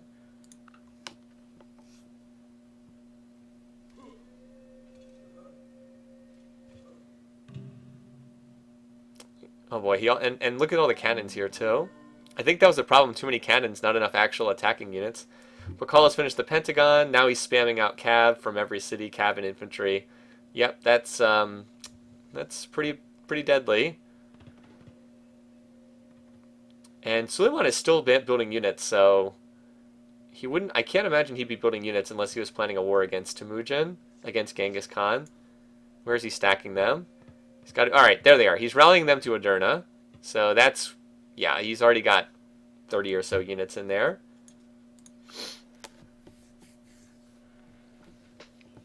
All right, so New York has fallen. It's been liberated. Cyrus still building up his stack. Look, he's got 38 rifles in this stack. I wonder when he's going to move that one in. I wonder. Oh, there it is. Well, we knew this was coming. So, it was nice knowing you, Temujin, but this will be it for him. Also, I wish I'd predicted more wars from this game. I predicted 15. I think we're going to be over that. Well, it was fun having the Khan in this game. He certainly entertained us, but he picked a few too many wars. That's the problem with some of those incredibly aggressive leaders. They just pick too many wars for their own good. No, not Heinz Guderian! One of the German generals from World War II. Alright, looks like it's going to take a couple turns for Pakal to walk to the next French city. Napoleon is going for rifling tech, but he's still a ways away, and he's going to be losing cities, so it should take... Research rate should go up as he loses cities. Yeah, this, he's pausing to bombard down the defenses, but it's not going to last much longer. Actually, I think he attacked. He killed some of the defenders, at least. Cyrus got a great general. Oh, Cyrus decided finally to... I missed Cyrus moving out with his Doomstack, and he has... multiple... Oh, wow. That's a lot of units. Alright, so... Yeah, this is going to be pretty rough. Where did Pakal move his... Oh, he moved his units back into his territory. Genghis Khan eliminated 100 turns too late. Maybe so. But French territory is going to start disappearing rapidly from both sides at once. And then we'll have we actually might have a pretty good competition here for first place between Pakal and Cyrus. Cyrus is going to be enormous when this is over. Now, he'll be behind in tech, but, I mean, He's going to have so much territory because I actually think he might get more French cities than Pakal. Pakal had to spend his early turns of the war recapturing cities that he had already lost, like this one. There's another attack up here at Atlanta, but it doesn't look like it's going to fall. We have attacks at Marseille, Chicago, Philadelphia. I guess the main one here is at Old Sarai. Let's see this one.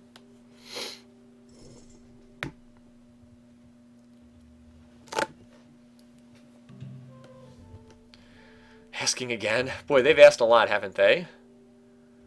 Yeah, this city is going to fall. All the more. This city, apparently a cav attacked this city just randomly. I don't know why. And Cyrus did take out Marseille while that was going on, so he's rolling further east. For whatever reason, the French leaders don't seem to do well in these games. Like, de Gaulle was a joke. De Gaulle did terribly. Napoleon fell apart. Louis never seems to do well in these games. France is such a good civ in this game, and the French leaders do not seem to do well in our Civ4 AI competition, because they did terribly last year too, and they have not done any better this year. Alright, so Old Sarai gets rolled over. Now it's just Ning Hsia, which has a longbow and a bunch of galleys in it. What? Genghis Khan has made peace. How did he get peace with Suleiman? How? Why would you sign peace with somebody who has one city left? You have 100 times their power. Why would you do that? That's unbelievable. Oh, man. I still don't think he can make it to the end of the game, but that's ridiculous. Maybe it was the Apostolic Palace. That's the only thing I can think of. Maybe. That's crazy. Anyway, if we ever get a free religion, vote, Cyrus will probably be willing to take out that last city. Maybe it was the Apostolic Palace. I wouldn't be. That could be very likely. Buddhism truly is the religion of peace. Yeah. Anyway, that's quite likely. I can't imagine why he would sign peace otherwise. Well, it only guarantees 10 turns of peace. Look at this. There are swords defending Chicago. Swords and longbows against calves. Pakal is not moving his army out very quickly. I don't know why he's so slow, but he is. As I said, Cyrus is moving much faster over here. He might get the... I said I think he'll get more cities out of this. He's in better position to take these. Down goes Rems. Khan! Yeah, Cyrus is going to get most of the good cities. Cyrus is going to emerge as a huge AI. Look, Cyrus just passed Pakal in score. Why hasn't someone finished you off yet? I don't want even more people in the wildcard game. No. We'll see. I still think he gets finished off by somebody before this game is over. Yeah, what is Pakal doing? Like, why is he not pushing more his offensive faster? He is not doing that much. Meanwhile, Cyrus is continuing to advance. He got a great engineer in the former capital. Well, Suleiman is still building military, so I think he's just going to declare war as soon as that 10 turns is up. Oh, here's the attack. It's coming in at Atlanta, so that city will fall. Shouldn't have any trouble capturing that. There we go. France is getting eaten up on both sides. And now this attack's moving forward. Chicago's been whipped down to size 1. And the march is on for Paris, it looks like.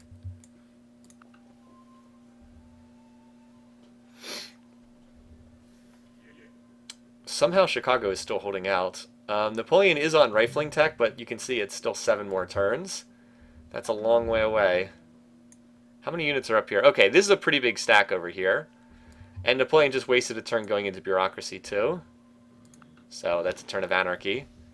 He's not spiritual. Oh boy. Cyrus has a lot of units, man. He's going to get... I wonder where the... I'll be curious to see where the borders are after this war is over. Are we actually going to see a Napoleon as the second one eliminated from this game? Because that would seem to be almost unreal, considering how close he was to being in first place for a while. Or at least second place. But he picked some bad conflicts. Picked too many wars. Alright, well, Paris just fell. That was fast. Now Boston's under attack. I wonder who gets this.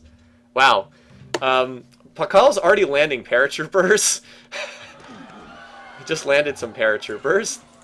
to speed this. He's like, this is too slow. Paratroopers, send in the paratroopers. All right. So New York fell. Boston, who moves first here? Cyrus moves before Pakal. But I don't think he has enough attackers to snipe this city. I think Pakal's going to get this one.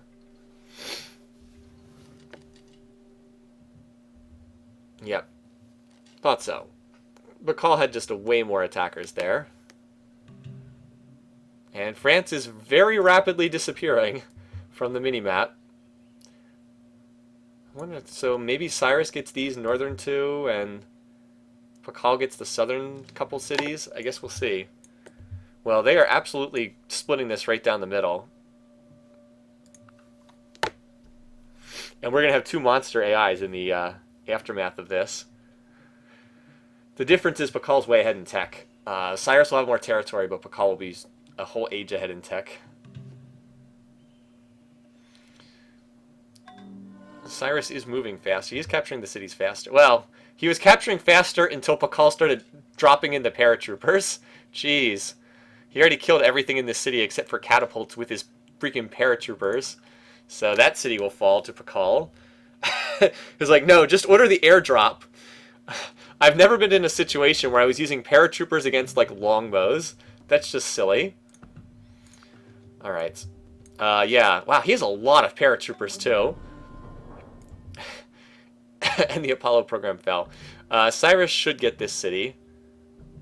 Unless this one random Pakal... No, this one has unit AI pillage. It won't attack. I was going to say, unless this one random unit can capture this.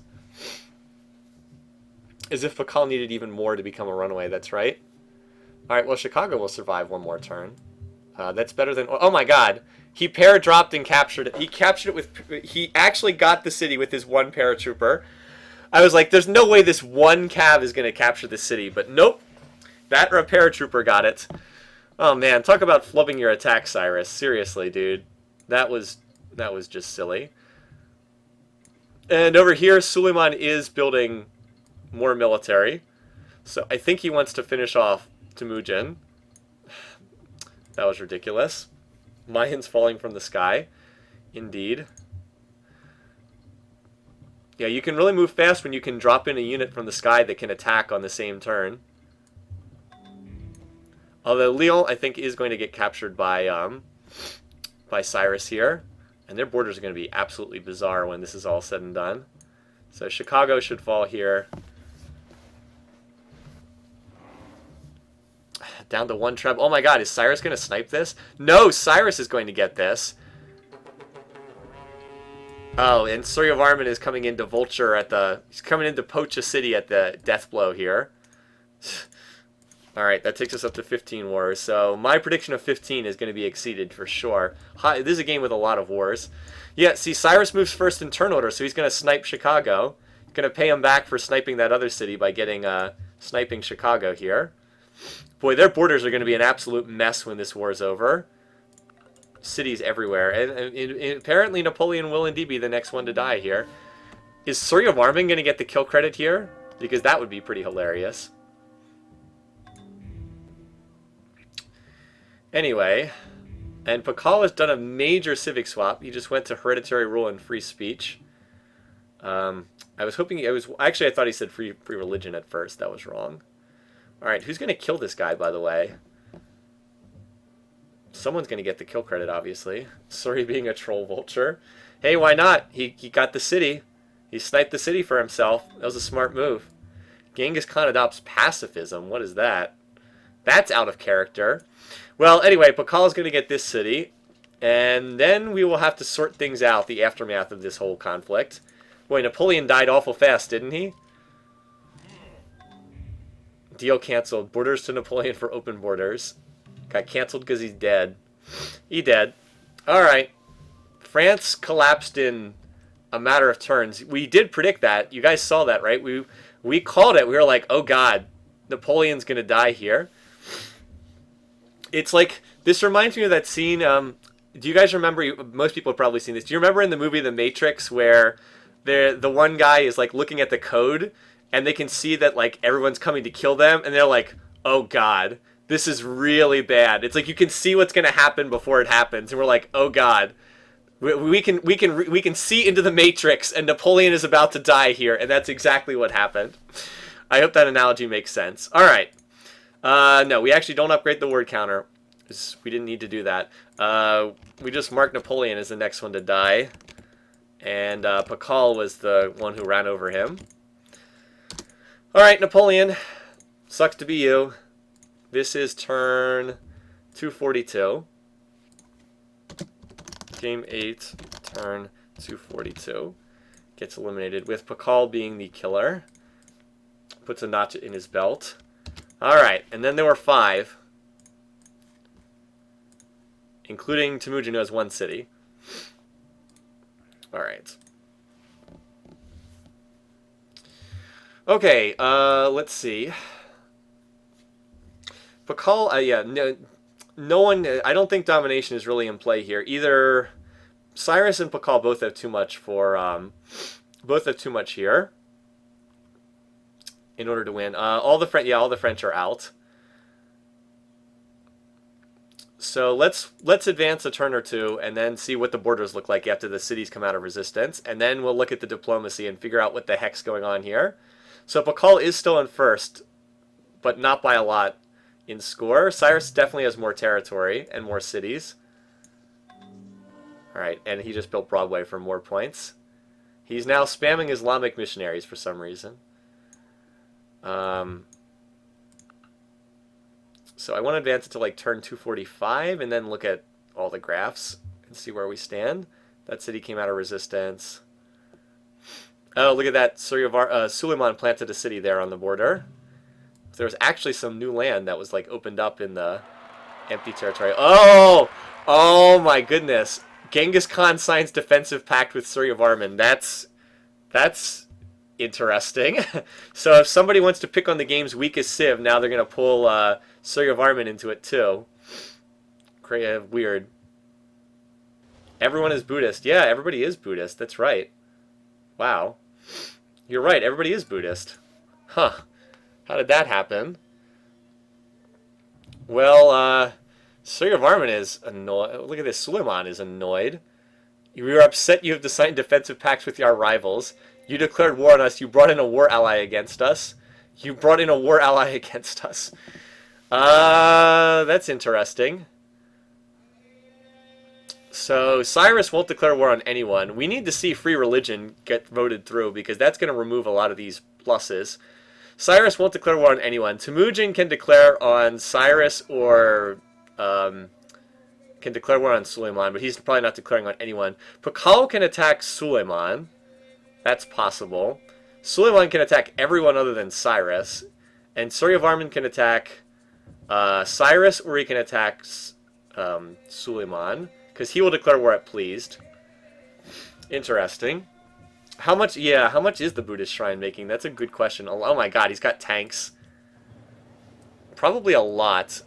43. That is a huge sum for a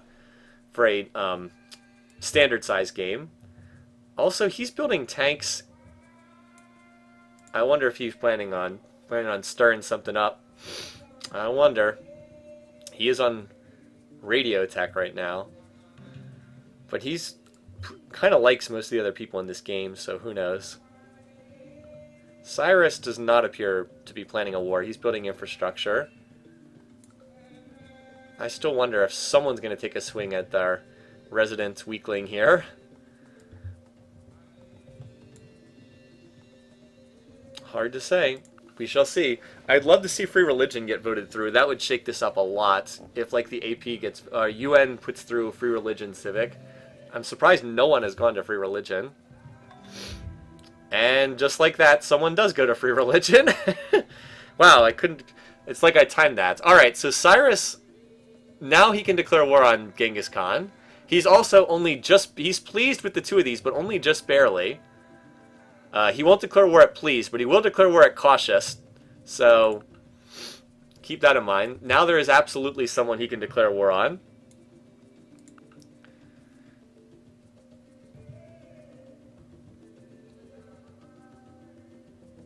And that's a long spinny thing. Well, and... oh my god.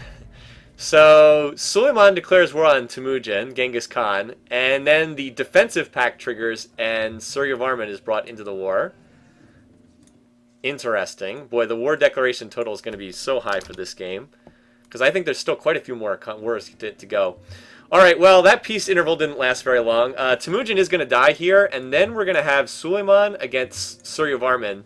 The two S-civs will be going at it after that. But for the moment, we'll keep an eye on this. There's no way he can hold this attack. Not with maces against calves and rifles. There are 78 units on that tile, so yeah, it's not happening. Meanwhile, though, where did these come from? Did they land these on a boat? Did he? No, he must have... how did these get up here? Oh, well. Yeah, so Suryavarman is bringing over calves, and they might be able to do something. By Genghis. He's only going to last a turn or two more. Depends on if they wait to bomb out the defenses or if they just straight up attack. I said I didn't think he'd make it to the end of this game, but I didn't think Hatshepsut would survive in that other game, and she did. So, you never know. Alright. There's actually not that much siege over here. 5 trebs is it. But there's almost no defenders left here either. Alright, ooh, you know, that's a pretty good stack. He's going to capture this brand new city over here. So this little force is going to get cleaned up and killed. But the main Khmer stack right here is going to capture this city for sure. And these are like the two irrelevant civs going at it. Yep, there it goes. So that was a nice little attack there, although that city's not too valuable. Of course, we're all waiting to see what happens when the big dogs get involved in this. There's a Mayan destroyer running around. So all the land units got destroyed here, but there is some pillaging taking place at sea. Anyway, the main thing is we got to watch this. This is a potential elimination here. Actually, a certain elimination. So,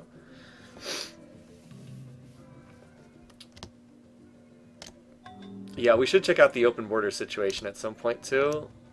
So, who has open borders with whom for this war? Alright, so ignore him. Alright, Suryavarman has open borders with everyone. And who's the other one we're looking at? Suleiman. He has open borders with everyone other than Pakal. Oh! Suleiman can't get over. Suleiman can't get over to Suryavarman's territory. He doesn't have open borders with Pakal. Huh. That's interesting. So, these cities can't be attacked by the Ottomans. They're actually completely safe. Cool.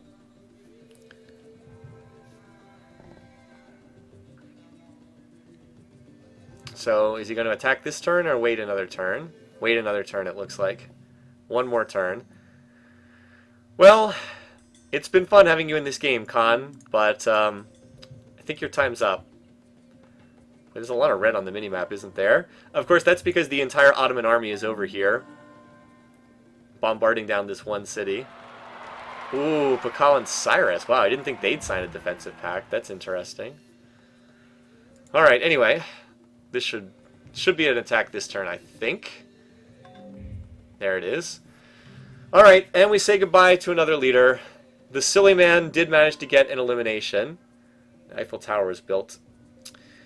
Eiffel Tower was built by Pakal somewhere. I don't know where, but he built it somewhere. Anyway, farewell, great Khan. It was fun having you in this game, but there's a reason why I didn't pick you to advance. Of course, my picks are going to be wrong anyway, but I didn't think Temujin would be the one. I didn't think he would do that well. Alright, so he is eliminated on turn 254. Game 8, turn 254. He just is a little too aggressive. And the kill credit goes to the silly man. Suleiman gets the kill credit. So Temujin, he didn't win, but what he did do is he screwed up the Ottomans' game pretty badly. His attack caused Cyrus to emerge as the dominant power down here. Caused Cyrus to emerge as the dominant power. Alright, looks like everything's good. And now we're down to just 4. I deleted Pakal from the spreadsheet. Whoops. I did, didn't I? You're right. Okay. Cut and paste error. Good point. Oops.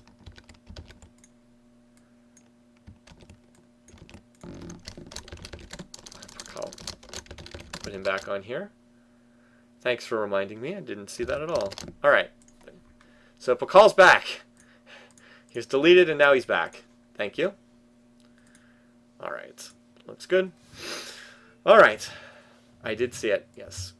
Boy, we have a very colorful map now, don't we? We've got red, yellow, blue, green. Nice primary colors. Good to see. All right. So now that Suleiman has dealt with that, he will probably be able to move his big stack over here and deal with these Khmer units that are attacking him. Now the question becomes, what are the big dogs doing? How do the big dogs feel about each other? Cyrus is cautious towards Suryavarman. He is pleased. He will not declare war at pleased, but he's only cautious towards Suryavarman. So that's it. And you know why he's cautious? Your spy was caught causing trouble. That's pretty amusing. Pakal is only cautious with Suleiman. Now, he's not a very aggressive leader, but interesting, important to keep in mind.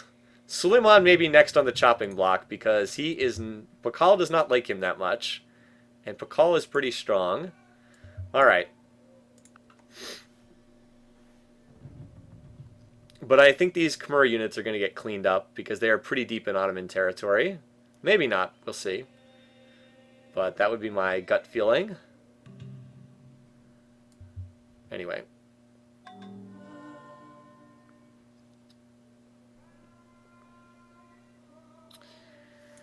Let's check the power bar graph just to see where we are. Pakal and Cyrus, very close. Boy, it would be interesting if they fought, wouldn't it? Right now they won't, though. Neither one will declare war on the other. Maybe Pakal might. Is he? I think he's pleased with Cyrus. No, he's friendly. Okay. Nope, he's actually friendly. And that's probably not going to change anytime soon unless we get UN shenanigans or something. Looks like Cyrus did win the Battle of the Blues. That's true. He's the only blue civ left standing. All the others are dead. So yeah, the Khmer, and now that war is over as well. All right. So it looks like Suryavarman got to keep this. So we're at peace now. I wonder if we'll see any more action take place. So we go back to being at peace. So let's advance a turn or two, and then we'll try to look at the... We'll keep an eye on the bar graphs and all that jazz. Keep an eye on the text. But we might be in line for a little... We might be in line for some peace here. Pakal is he's gonna finish mass media and build the UN, though. So that could shake things up. Getting the United Nations. But Pakal does not appear to be planning a war because he doesn't have that many units in production. Actually, well, got some. He's building Christo Redentor and the UN and Hollywood. So he's going to clean up all that stuff. How about Cyrus? Nah, Cyrus is on infrastructure. He's not planning on fighting. No plans to attack from either. Nope, everybody's in peace, so nobody's planning on fighting right now, which is unfortunate. We might just click next turn until the game goes to space race, unfortunately. I hope that's not the case, but it could be. We'll see. There's a decent chance that Suleiman will be involved in something. Cyrus, I believe, cannot declare war on Suleiman. We should check at check their text. All right, so we'll just go through. All right, so here's Suryavarman. He is early industrial, heading towards assembly line. Cyrus is about the same spot. Cyrus and Suryavarman are roughly the same. Suryavarman might even be a little bit ahead. Suleiman is behind. Suleiman is by far the furthest behind in tech. And Pakal is ahead by a lot. Holy crap, he's ahead. He's in the modern age, and he's just starting the modern age. So he's almost a full age ahead in tech. So like here's Pakal, and I think Cyrus is second. Yeah, he's up about 12 to 15 techs on Cyrus. Suryavarman and Cyrus are roughly the same. Also, he just got a city go legendary. I don't think he's not pursuing a cultural victory though. He's 100% research. But he did have a city go We're probably not that far away from space. We'd probably see around a turn 300 launch, roughly.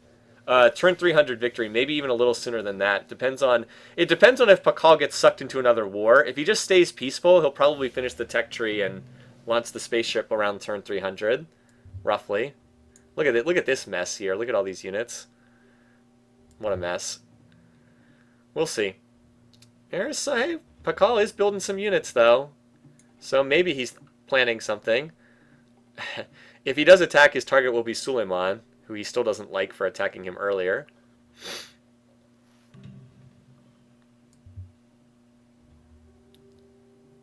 I don't see any plans to attack from Cyrus right now.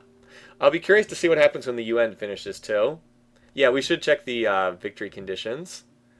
Cyrus could really use state property, that's true. That civic would favor his large empire.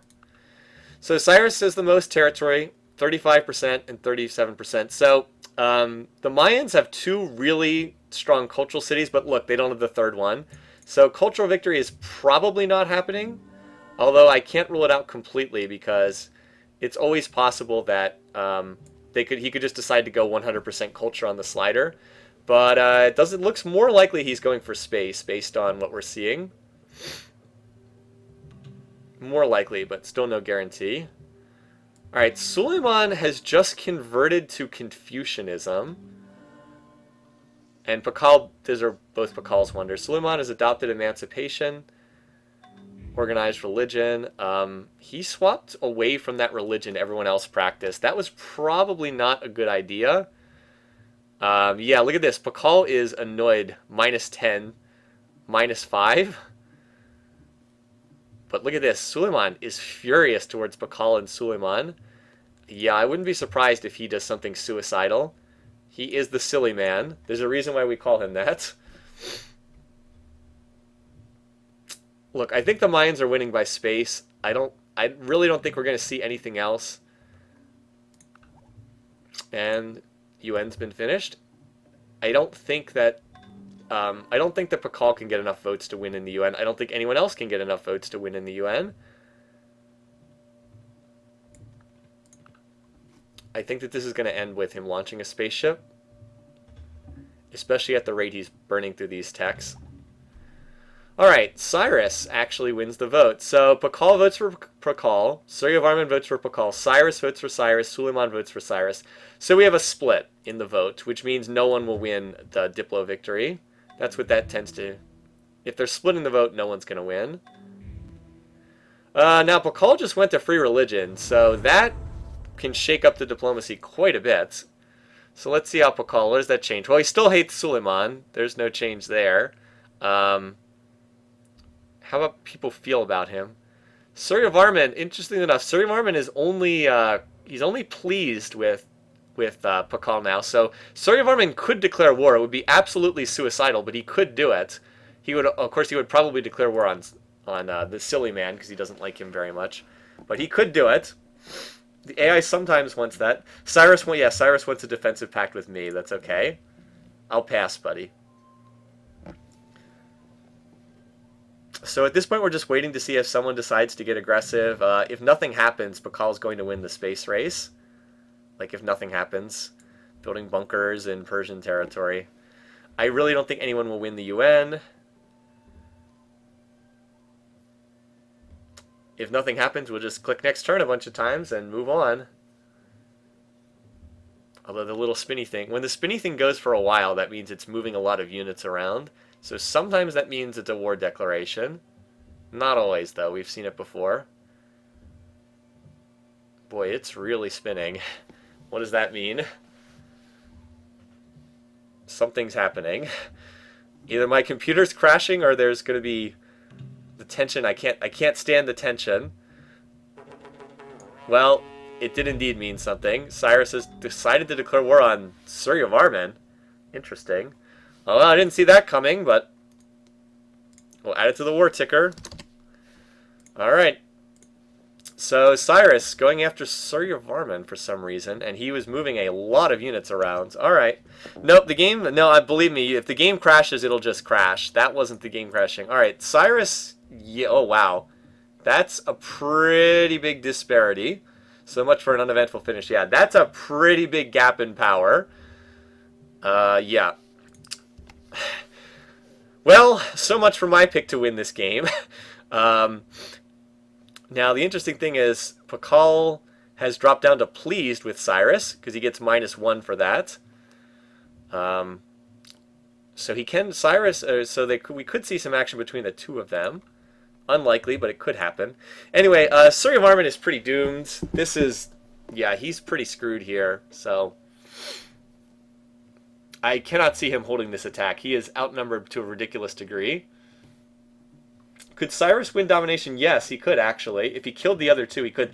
But that's not going to happen because Cyrus is friendly with Surya Varman. He's friendly with him, so he'll never declare war. And I don't see that getting broken. They're on very good terms, the two of them. So that's probably not happening. But he could if he swallowed the Ottoman territory. If there was some weird UN vote or something, he could take that over. Now, the Khmer are not defenseless. They do have factories. They do have assembly line tech. They just got it. But they're just outnumbered to such a humongous degree. So Chartres just fell. And this city's going to fall any second now. And, yeah. There's a lot of blue on that mini-map. A lot of blue.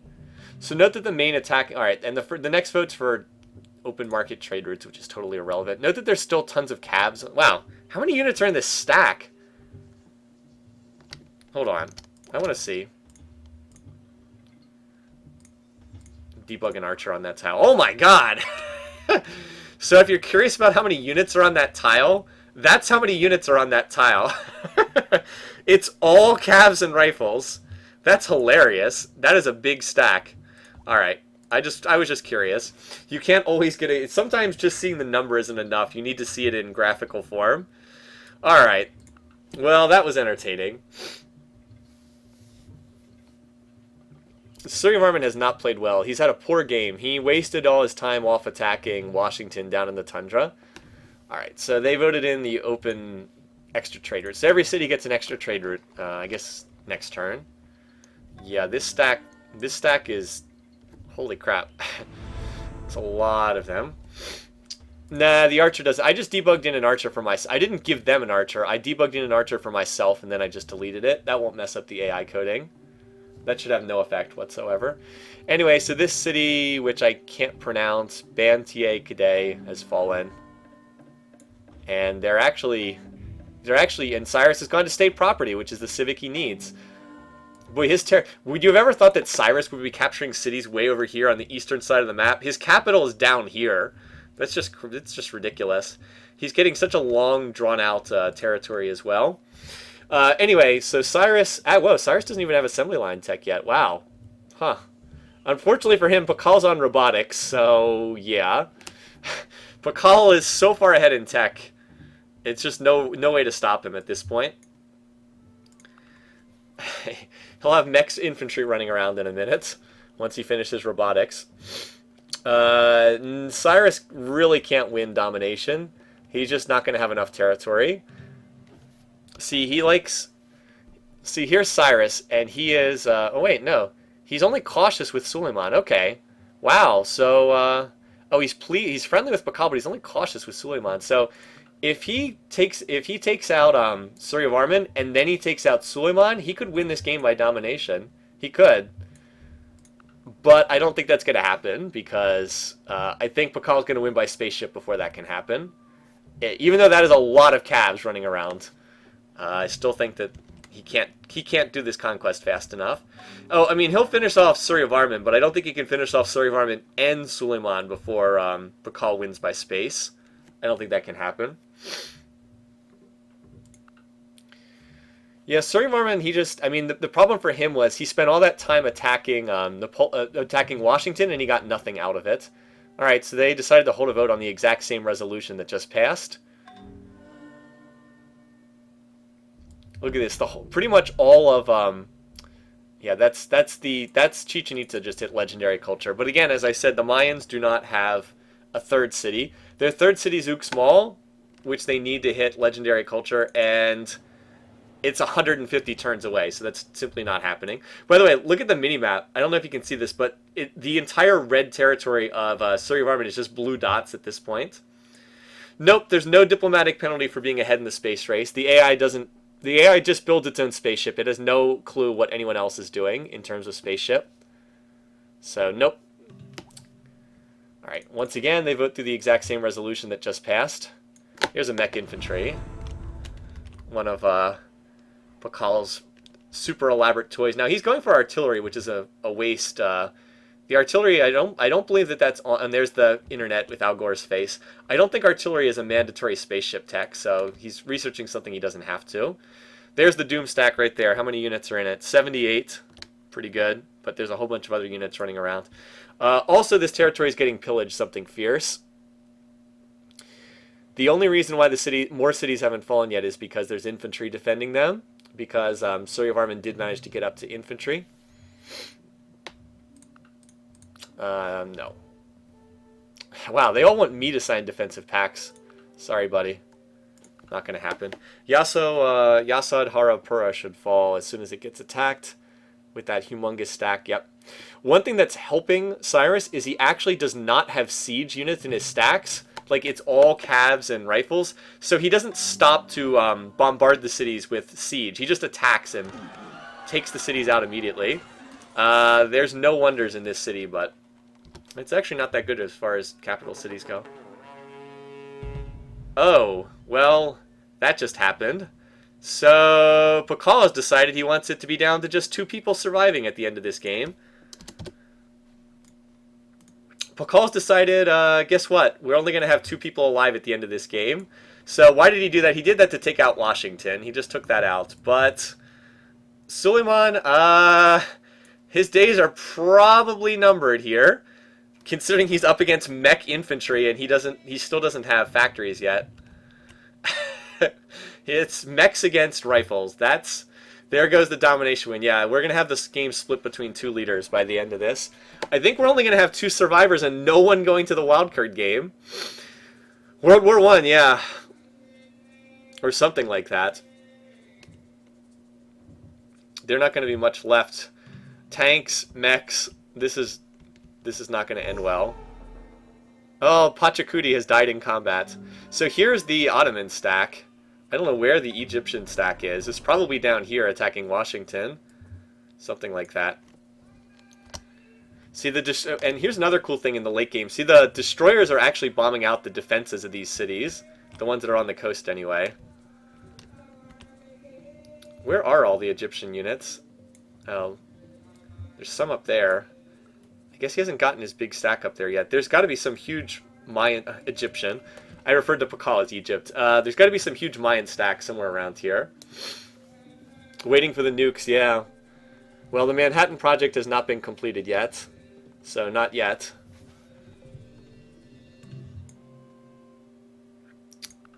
I'll pass.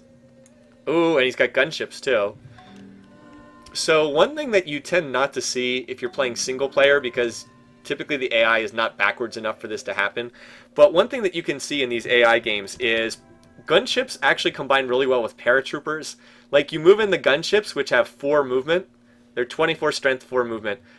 You move in the gunships, they like move super fast, and then you paradrop and capture the empty cities that the gunships have cleared out. I don't know why they're called gunships and not helicopters, by the way. So we'll see if Pakal uses the gunship plus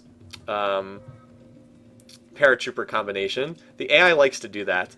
Anyway, here's the main Ottoman stack. It's got 47 units in it. Unfortunately, they're not gonna. It's mostly rifles and cavs, which are good for their era, but they don't work against the mechs and the tanks and all that jazz. This shitty city should fall. Yeah, there it goes. All right. So how many commerce cities are left? 2, I think. Not many. Global vote for environmentalism. Cavalry has died in combat. No! It was a great general attached to the cav. The AI mostly uses them for, merges them into cities. Alright, so there's 3 commerce cities left. They rarely attach them to units, but when they do and they die, you get that message. Alright, the Ottoman stack, just died. It pretty much just died. It tried to attack and it didn't work. Here's the remnants of it, but Pakal should clean that up without much trouble. Yep. He just killed all that. They all just got cleaned up. Sorry. Silly man, you're marked for death. You're not going to last much longer. So 3 cities left here. This is not the most organized attack by Pakal, but it can only last... sooner or later, he'll just build units and march in there. Yeah, he's finally building more units. He's finally building mechs now. He could honestly build nothing but mechanized infantry and crush them. Mechs are actually stronger than tanks. They can't take the City Raider promotions, but they can just take combat and pinch promotion and they'll kill everything.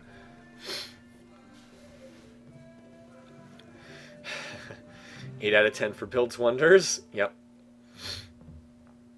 Pakal likes to build wonders. Jeez, there's a lot of you. Alright, well, we're waiting for the Doom stack to show up. Here it is.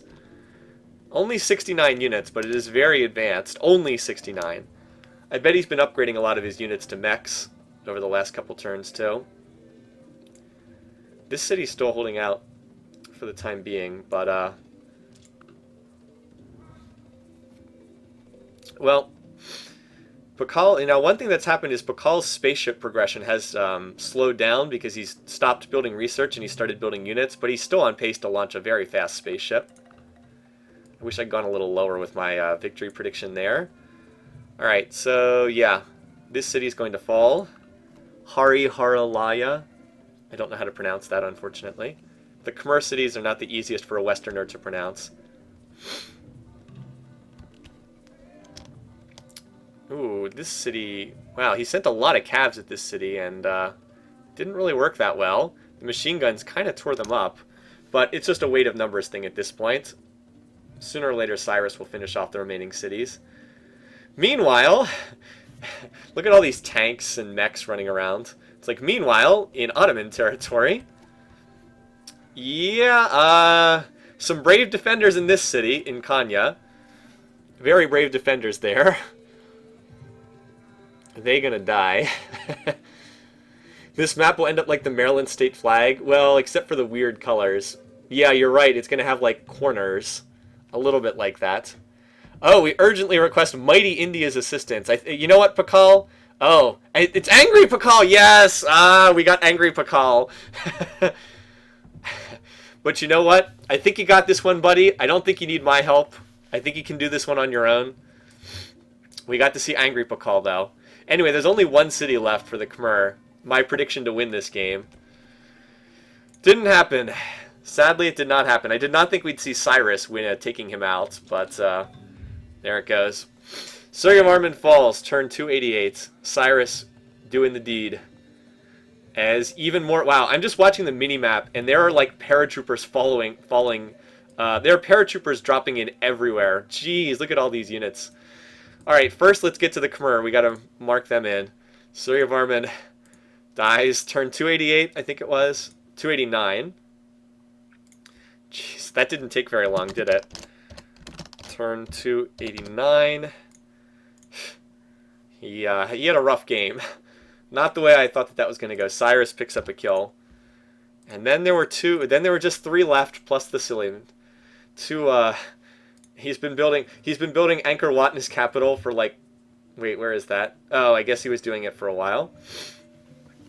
Civ4 Modern Warfare, yeah. So there are so many of Pakal's units racing around right now. He's even got the mobile artillery. This unit, you almost never see it because it comes so late in the game, but this is totally broken, which works because it's so late game. This is an artillery unit that moves 2 tiles, so you can move and then bombard a city on the same turn.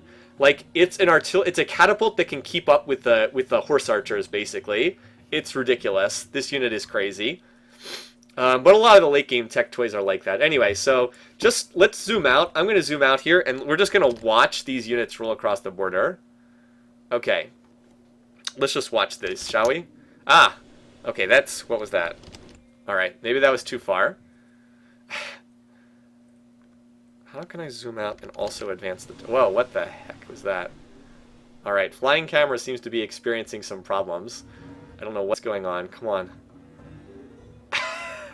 Alright, let us not use the flying camera. I don't know what's going on, but the flying camera is having problems right now.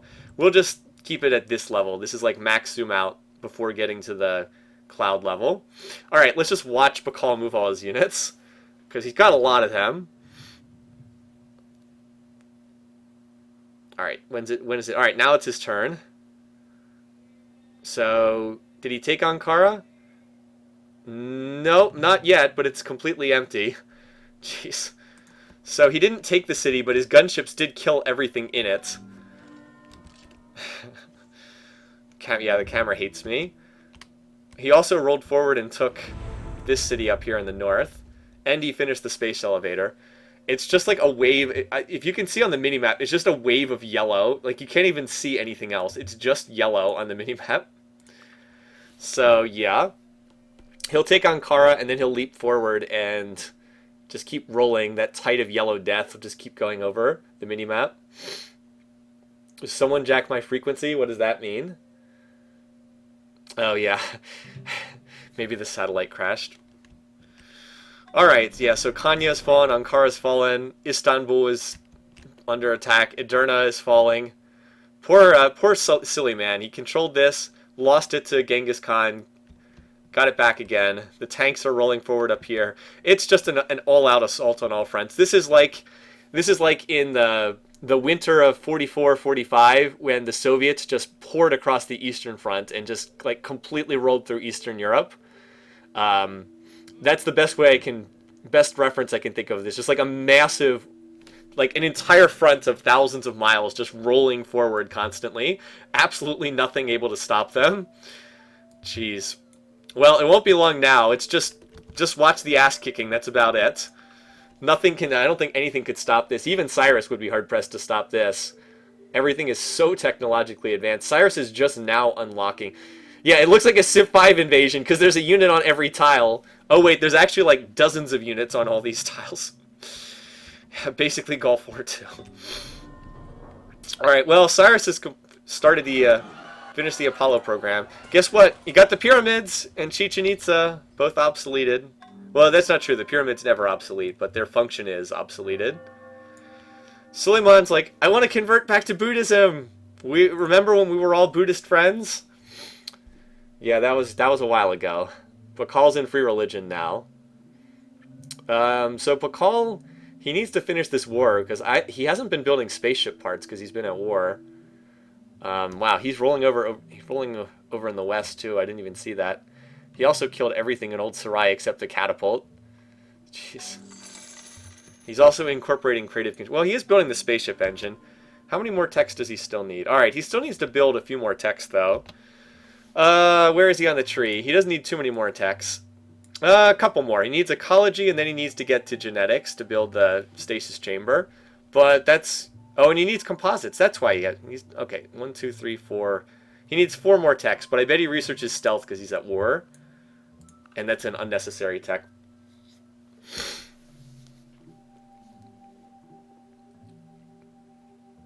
The screams when cities are conquered. Yeah, that's true.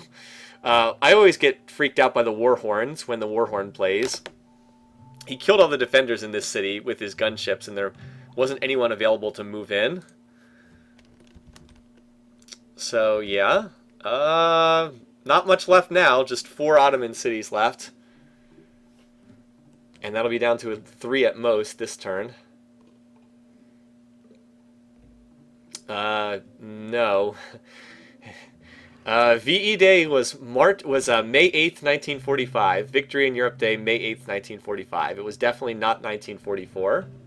Yep. Agathocles posted the same thing in the chat. Anyway, Pakal is now the UN leader, but he's going to split the vote with Cyrus, so no one can win the Diplo victory. If you got 19 for your prediction, it's looking pretty good. Because I don't think we're going to get another one in this game. I think we're going to finish at 19. I also think we're going to finish with only 2 AIs left, because this is a massacre. Oh wait, did Cyrus just declare war? Because he's moving a lot of units in here. Cyrus didn't just declare war, did he? If so, then then we go to 20. No, I think he's just scouting out. I don't think he declared war. He did move some units up here, though. Nope, no war declaration from Cyrus. He just moved his units. Alright, so now we're down to one city left. And I guess Pakal did not go for stealth tech. At least not so far. Well, the gunships killed everything that was alive in this city. So, Suleiman, one city, no units left in it. Everything in the city died. He's even got oh, you know what? I bet he launched some cruise missiles off the missile cruisers too. Now here's a unit you almost never see. Another late game, fairly useless unit. Oh god, I'm trying to zoom in on the missile cruiser. All right, there we go. I think that's as good as we're gonna do. Kind of blocky. They could have done a better unit model for that. Anyway, yeah, he probably launched some missiles from the missile cruisers as well. Anyway, that's it. See you later. See you later. You entertained us with your antics, Suleiman, but that's all. Very nice. GG. Down to just 2. And this minimap is really weird. It almost looks like 2 people grabbing each other around the neck or something. I don't know. Ottomans are destroyed, though. Alright, turn 299. Wait, we don't even have to update this. It's their internal order. So no one goes to the wildcard game. No one. Game 8, turn 299. At least he survived longer than the others.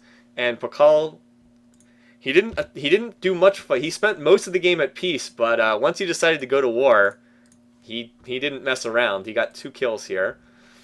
All right, so looks like Pakal first, Cyrus second. If you've got that, you're in great shape for the predicting contest. All right, let's check to see if they'll ever declare war on each. Nope, friendly.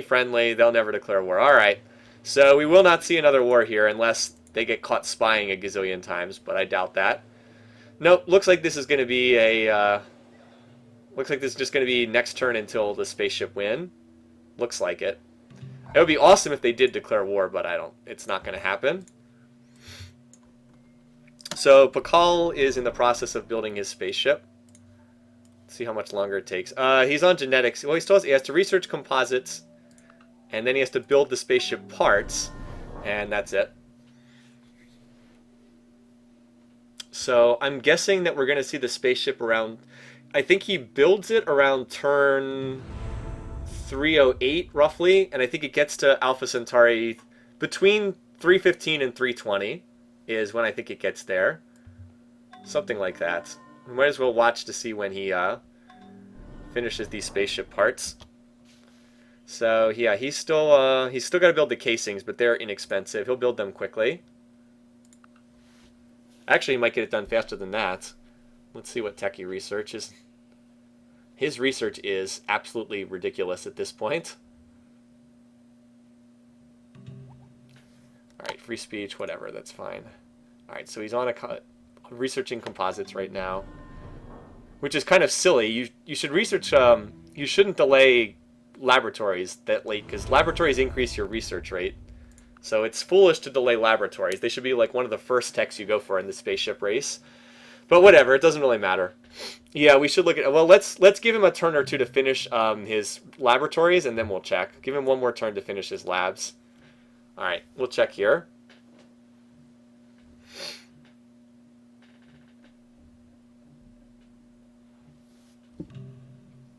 It's been an interesting map. It's been a good game. All right, so Cyrus, he's at 2,400 beakers. That is a lot. Wow, so Cyrus is actually as much as Pakal now in beakers, because Cyrus does have a lot more territory. Remember, oh no, never mind, Pakal does have more territory. He's at 51%. So what's Cyrus at? Wow, look at that. 45% and 51%. Boy, they split the map between them, that's for sure. So he needs to build the stasis chamber and a couple more casings. Where is he building the stasis? Alright, he's almost done the stasis chamber. Yeah, he's going to launch this pretty soon. Man, I wish I'd gone a little earlier on the victory date. I have turned 350. And that's not going to happen. I also wish I picked Pakal and Cyrus, which I did not do. But I got the first to die, and I'm going to get the victory type correct, so I'll get some point. I should have around 10 points for this game. Something like that. No, they're actually not evenly matched. Bakal's a full era ahead in tech. Let me show you the tech trees so you guys can see that. It's actually not evenly matched at all. Bakal is way ahead in tech. All right, so here's Cyrus. He's just entering the modern age. And Bakal has finished the modern age. He has researched every tech. Stealth is the last tech in the tree, and then it'll just be on future tech. Cyrus is a full era ahead in tech. Yeah, it's not that close. They're actually not evenly matched. And again, they're not going to declare war because they're friends. Oh, Bakal's only pleased, so he could technically declare war. Apparently, Cyrus's spy has been causing trouble. Look at that. -3. Your spy was caught causing trouble. You know those Persian spies, but I really can't see them going to war. This game's going to be over. He's going to launch... I think he only needs to build like one more casing. He needs 2 more. One's going to finish this turn. Where's the other casing? He'll have it under production somewhere. Alright, he's going to launch his spaceship next turn. So that does it for all the casings, and the AI won't launch its ship until it has all the parts complete. You don't have to in this game, but you can launch with incomplete parts. Well, that victory road will get split. But the AI will not launch its spaceship until it's complete. Alright, there we go. Oh, here it comes. Here it comes, right towards us. You can do some funny stuff with the camera. There it goes. Off to take part in that horrendous beyond Earth civilization. Oh my god, look at that. He's got his main stack here in this city. Jeez, that's a lot of units. Hold on, let's just check out how many units are here. Alright, that's a lot of units. That's how many units he has in his capital. That's a pretty scary force. That's pretty terrifying. Alright. So that's that. And now we click next turn for 10 turns until... Oh. Pakal suddenly shifted over to all unit production. So Pakal votes for himself, Cyrus votes for himself, the vote gets split, nothing happens. Cyrus is... Or not Cyrus, I guess he's still building Islamic missionaries, so whatever. What's Cyrus doing? He's building airports. Cyrus is pretty far behind, though. They're heading for Mindworm territory. Going to Alpha Centauri, yeah. We'll look at the... Yeah, these two are not going to fight each other. As cool as it would be to see, it's not going to happen, and the game's almost over anyway, so... There are a lot of people in the wildcard game. Where's the... what's the Buddhist shrine at? A lot. A lot? This is it, right? 50. He's up to 50 cities now. Beyond Earth should never be mentioned. That is a really bad game. Alright, so if you want to see the religious spread, Judaism was like a late-game religion. This was the divine right religion, so it wasn't spread much at all. Christianity was one of the big religions in this game, but it didn't end up spreading that much. Islam, the whole southern hemisphere is Islam. Hinduism is not spread at all. Buddhism is, wow. Buddhism is like the whole world, basically. Confucianism was Suleiman's religion, so it's not spread, and Taoism was a minority religion that never got spread. Mostly, it's mostly... what is it? Buddhism was the big religion that got spread. Turned into like the huge religion. Shrine is not capped. You can go as high as you want. I've seen shrines over 100 gold per turn before. I've seen it, but again, it's map dependent on size. Shrines are better on the bigger the map is, the better a shrine is. Like on a huge map, it's more powerful because there's just more cities to spread the religion to. On a tiny map, a shrine is almost useless. So you're probably better off using a great prophet as a super specialist on a tiny map because there's not enough cities to make it worthwhile. Anyway, so we're just clicking next turn. It should be like turn 317 or 318 when that spaceship gets there. Not much point in doing anything until that point. Unless we get a last-second troll war declaration.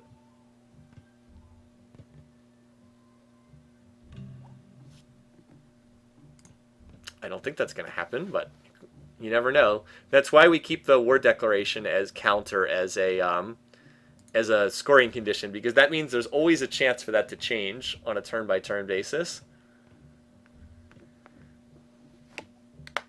Ugh. Ow. At least Beyond Earth isn't starships. Wow. That's damning with faint praise there. They're like, well, at least it's better than starships. It's like, wow. An iPhone game. Or have we gotten to that point yet where we, in order to say positive things about the recent Firaxis games, we have to compare it to an iPhone port that they did? Seriously. 16 would get 1 point. Are we at? I think we're at 19. 16 should get 1 point for that. It's if you're within 5, you get 1 point. I think that they're making Civ4 mobile. I don't know. I just don't think Firaxis has made a very good game in a while. The best game they've made recently is the new XCOM, and even it's got some issues in it, but it's a solid game. It's better than anything else they've made. All right, there we go. So Pakal wins the space race victory. Turn 316 is our victory condition. Let me write that in. Spaceship. The last couple turns weren't that interesting, but overall it was a very good game. 316. Fairly early. Much earlier than our other two spaceships. Look, turn 348, 394. Much earlier than our previous spaceship victory. All right, so let's do the scoring now, shall we? We've got everything we need, so we can put in all the inputs. All right, it was 19 wars. Let's see who won the game. Someone did. All right. Winner is Pakal. Oh, and I should mark that in on the bracket, too. Just have to swap them around. Nobody to the wildcard game. A rarity.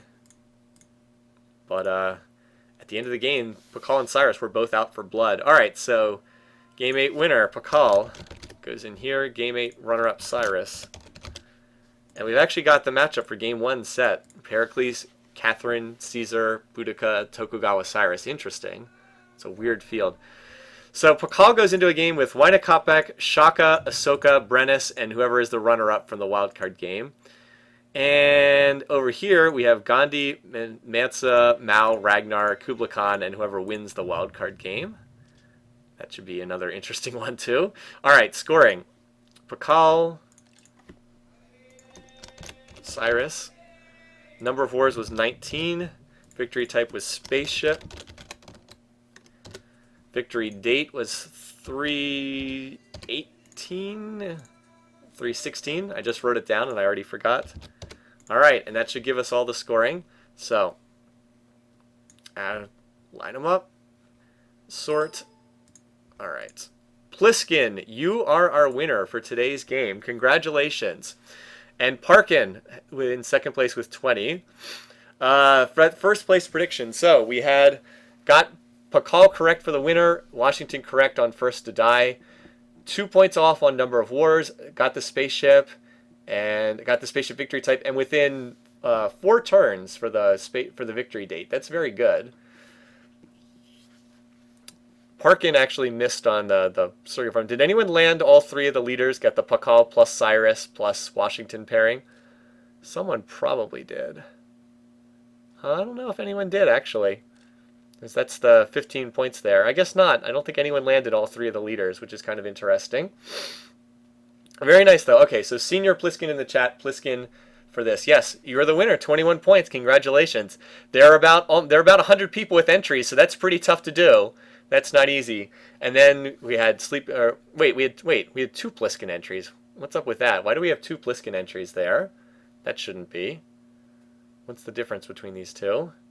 All right, they are almost identical. One has a different number of wars count. Let me look back and see which one is more recent. See which one was put in. I will keep the one that was put in second. That's the only fair way to do that. Hold on. All right.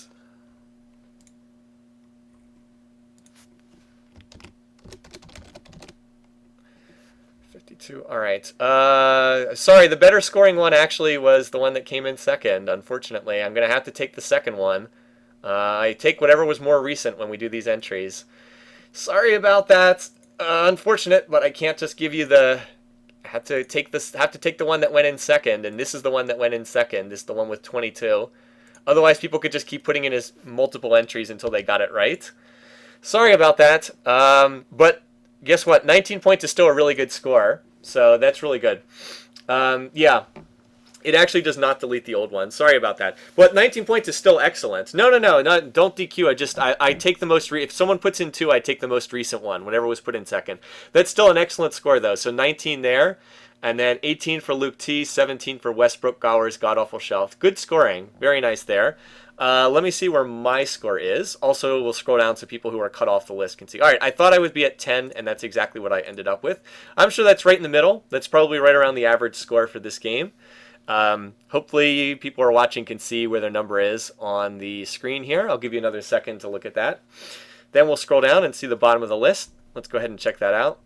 Oh, that's it. Oh, it was a good scoring game. You know why it was a good scoring game? Because almost everybody had Washington for first to die, so most people got 5 points there, and that's why the scoring was pretty solid. Let's see what the average was here. Hold on.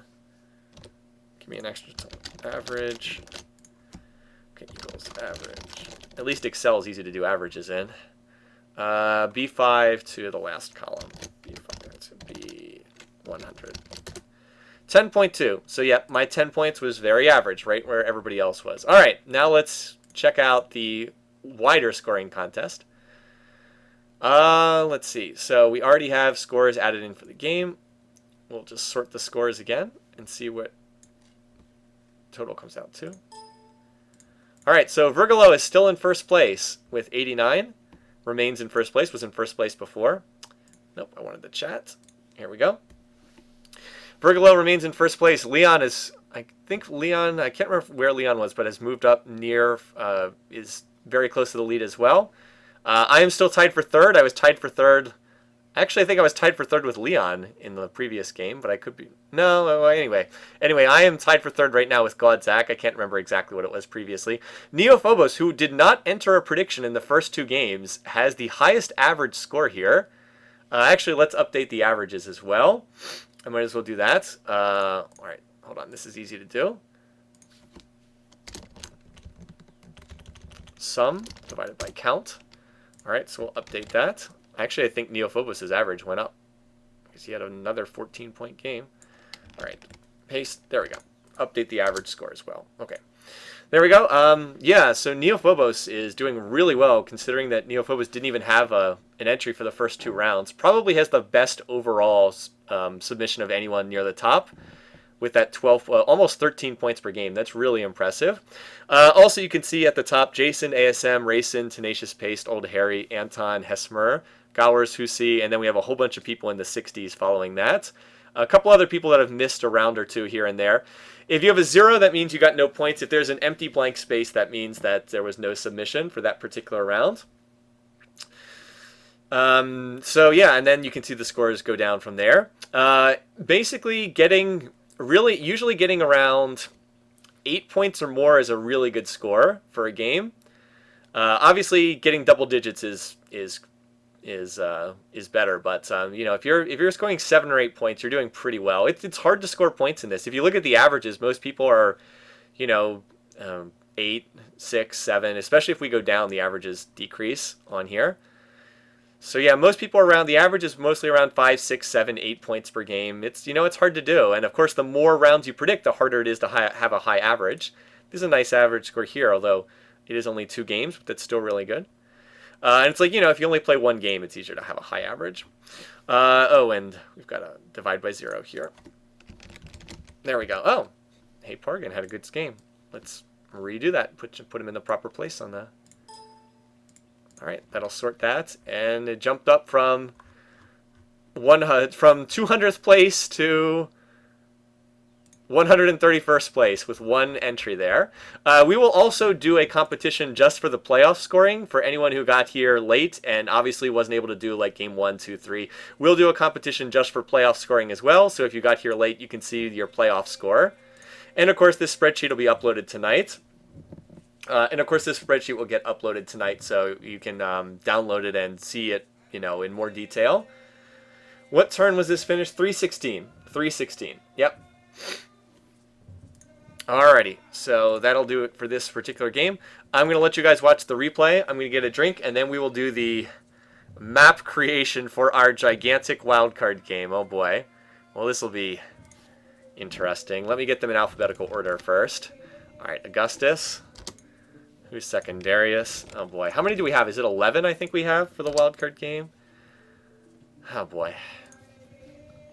All these H's. No, it's Hammer. Then, oh my god, we have Hammurabi, Hannibal, Hatshepsut. That won't be confusing at all. This is going to be a tough map creation too. Oh boy, our friend the Portuguese leader. Why do I have to say his name again? That name is so hard to pronounce. All right, Mehmed, Peter, Saladin, Roosevelt, and Zara. We haven't seen Zara in a while. He was in the very first game we did and lasted to the wildcard game. Him and Hammurabi. All right, so how many is this? 1, 2, 3, 4, 5, 6, 7, 8, 9, 10, 11. 11, that's actually default. I believe that's default for a huge map, so... All right, 1, 2, 3, 4, 5, 6. There's not enough space to put them all in one column, so just put them in 2 columns. All right, so... All right, we'll watch the replay, and then we'll do the 11-person map creation for the 11-person game. Oh, boy. All right, enjoy the replay. I'll be back in a second.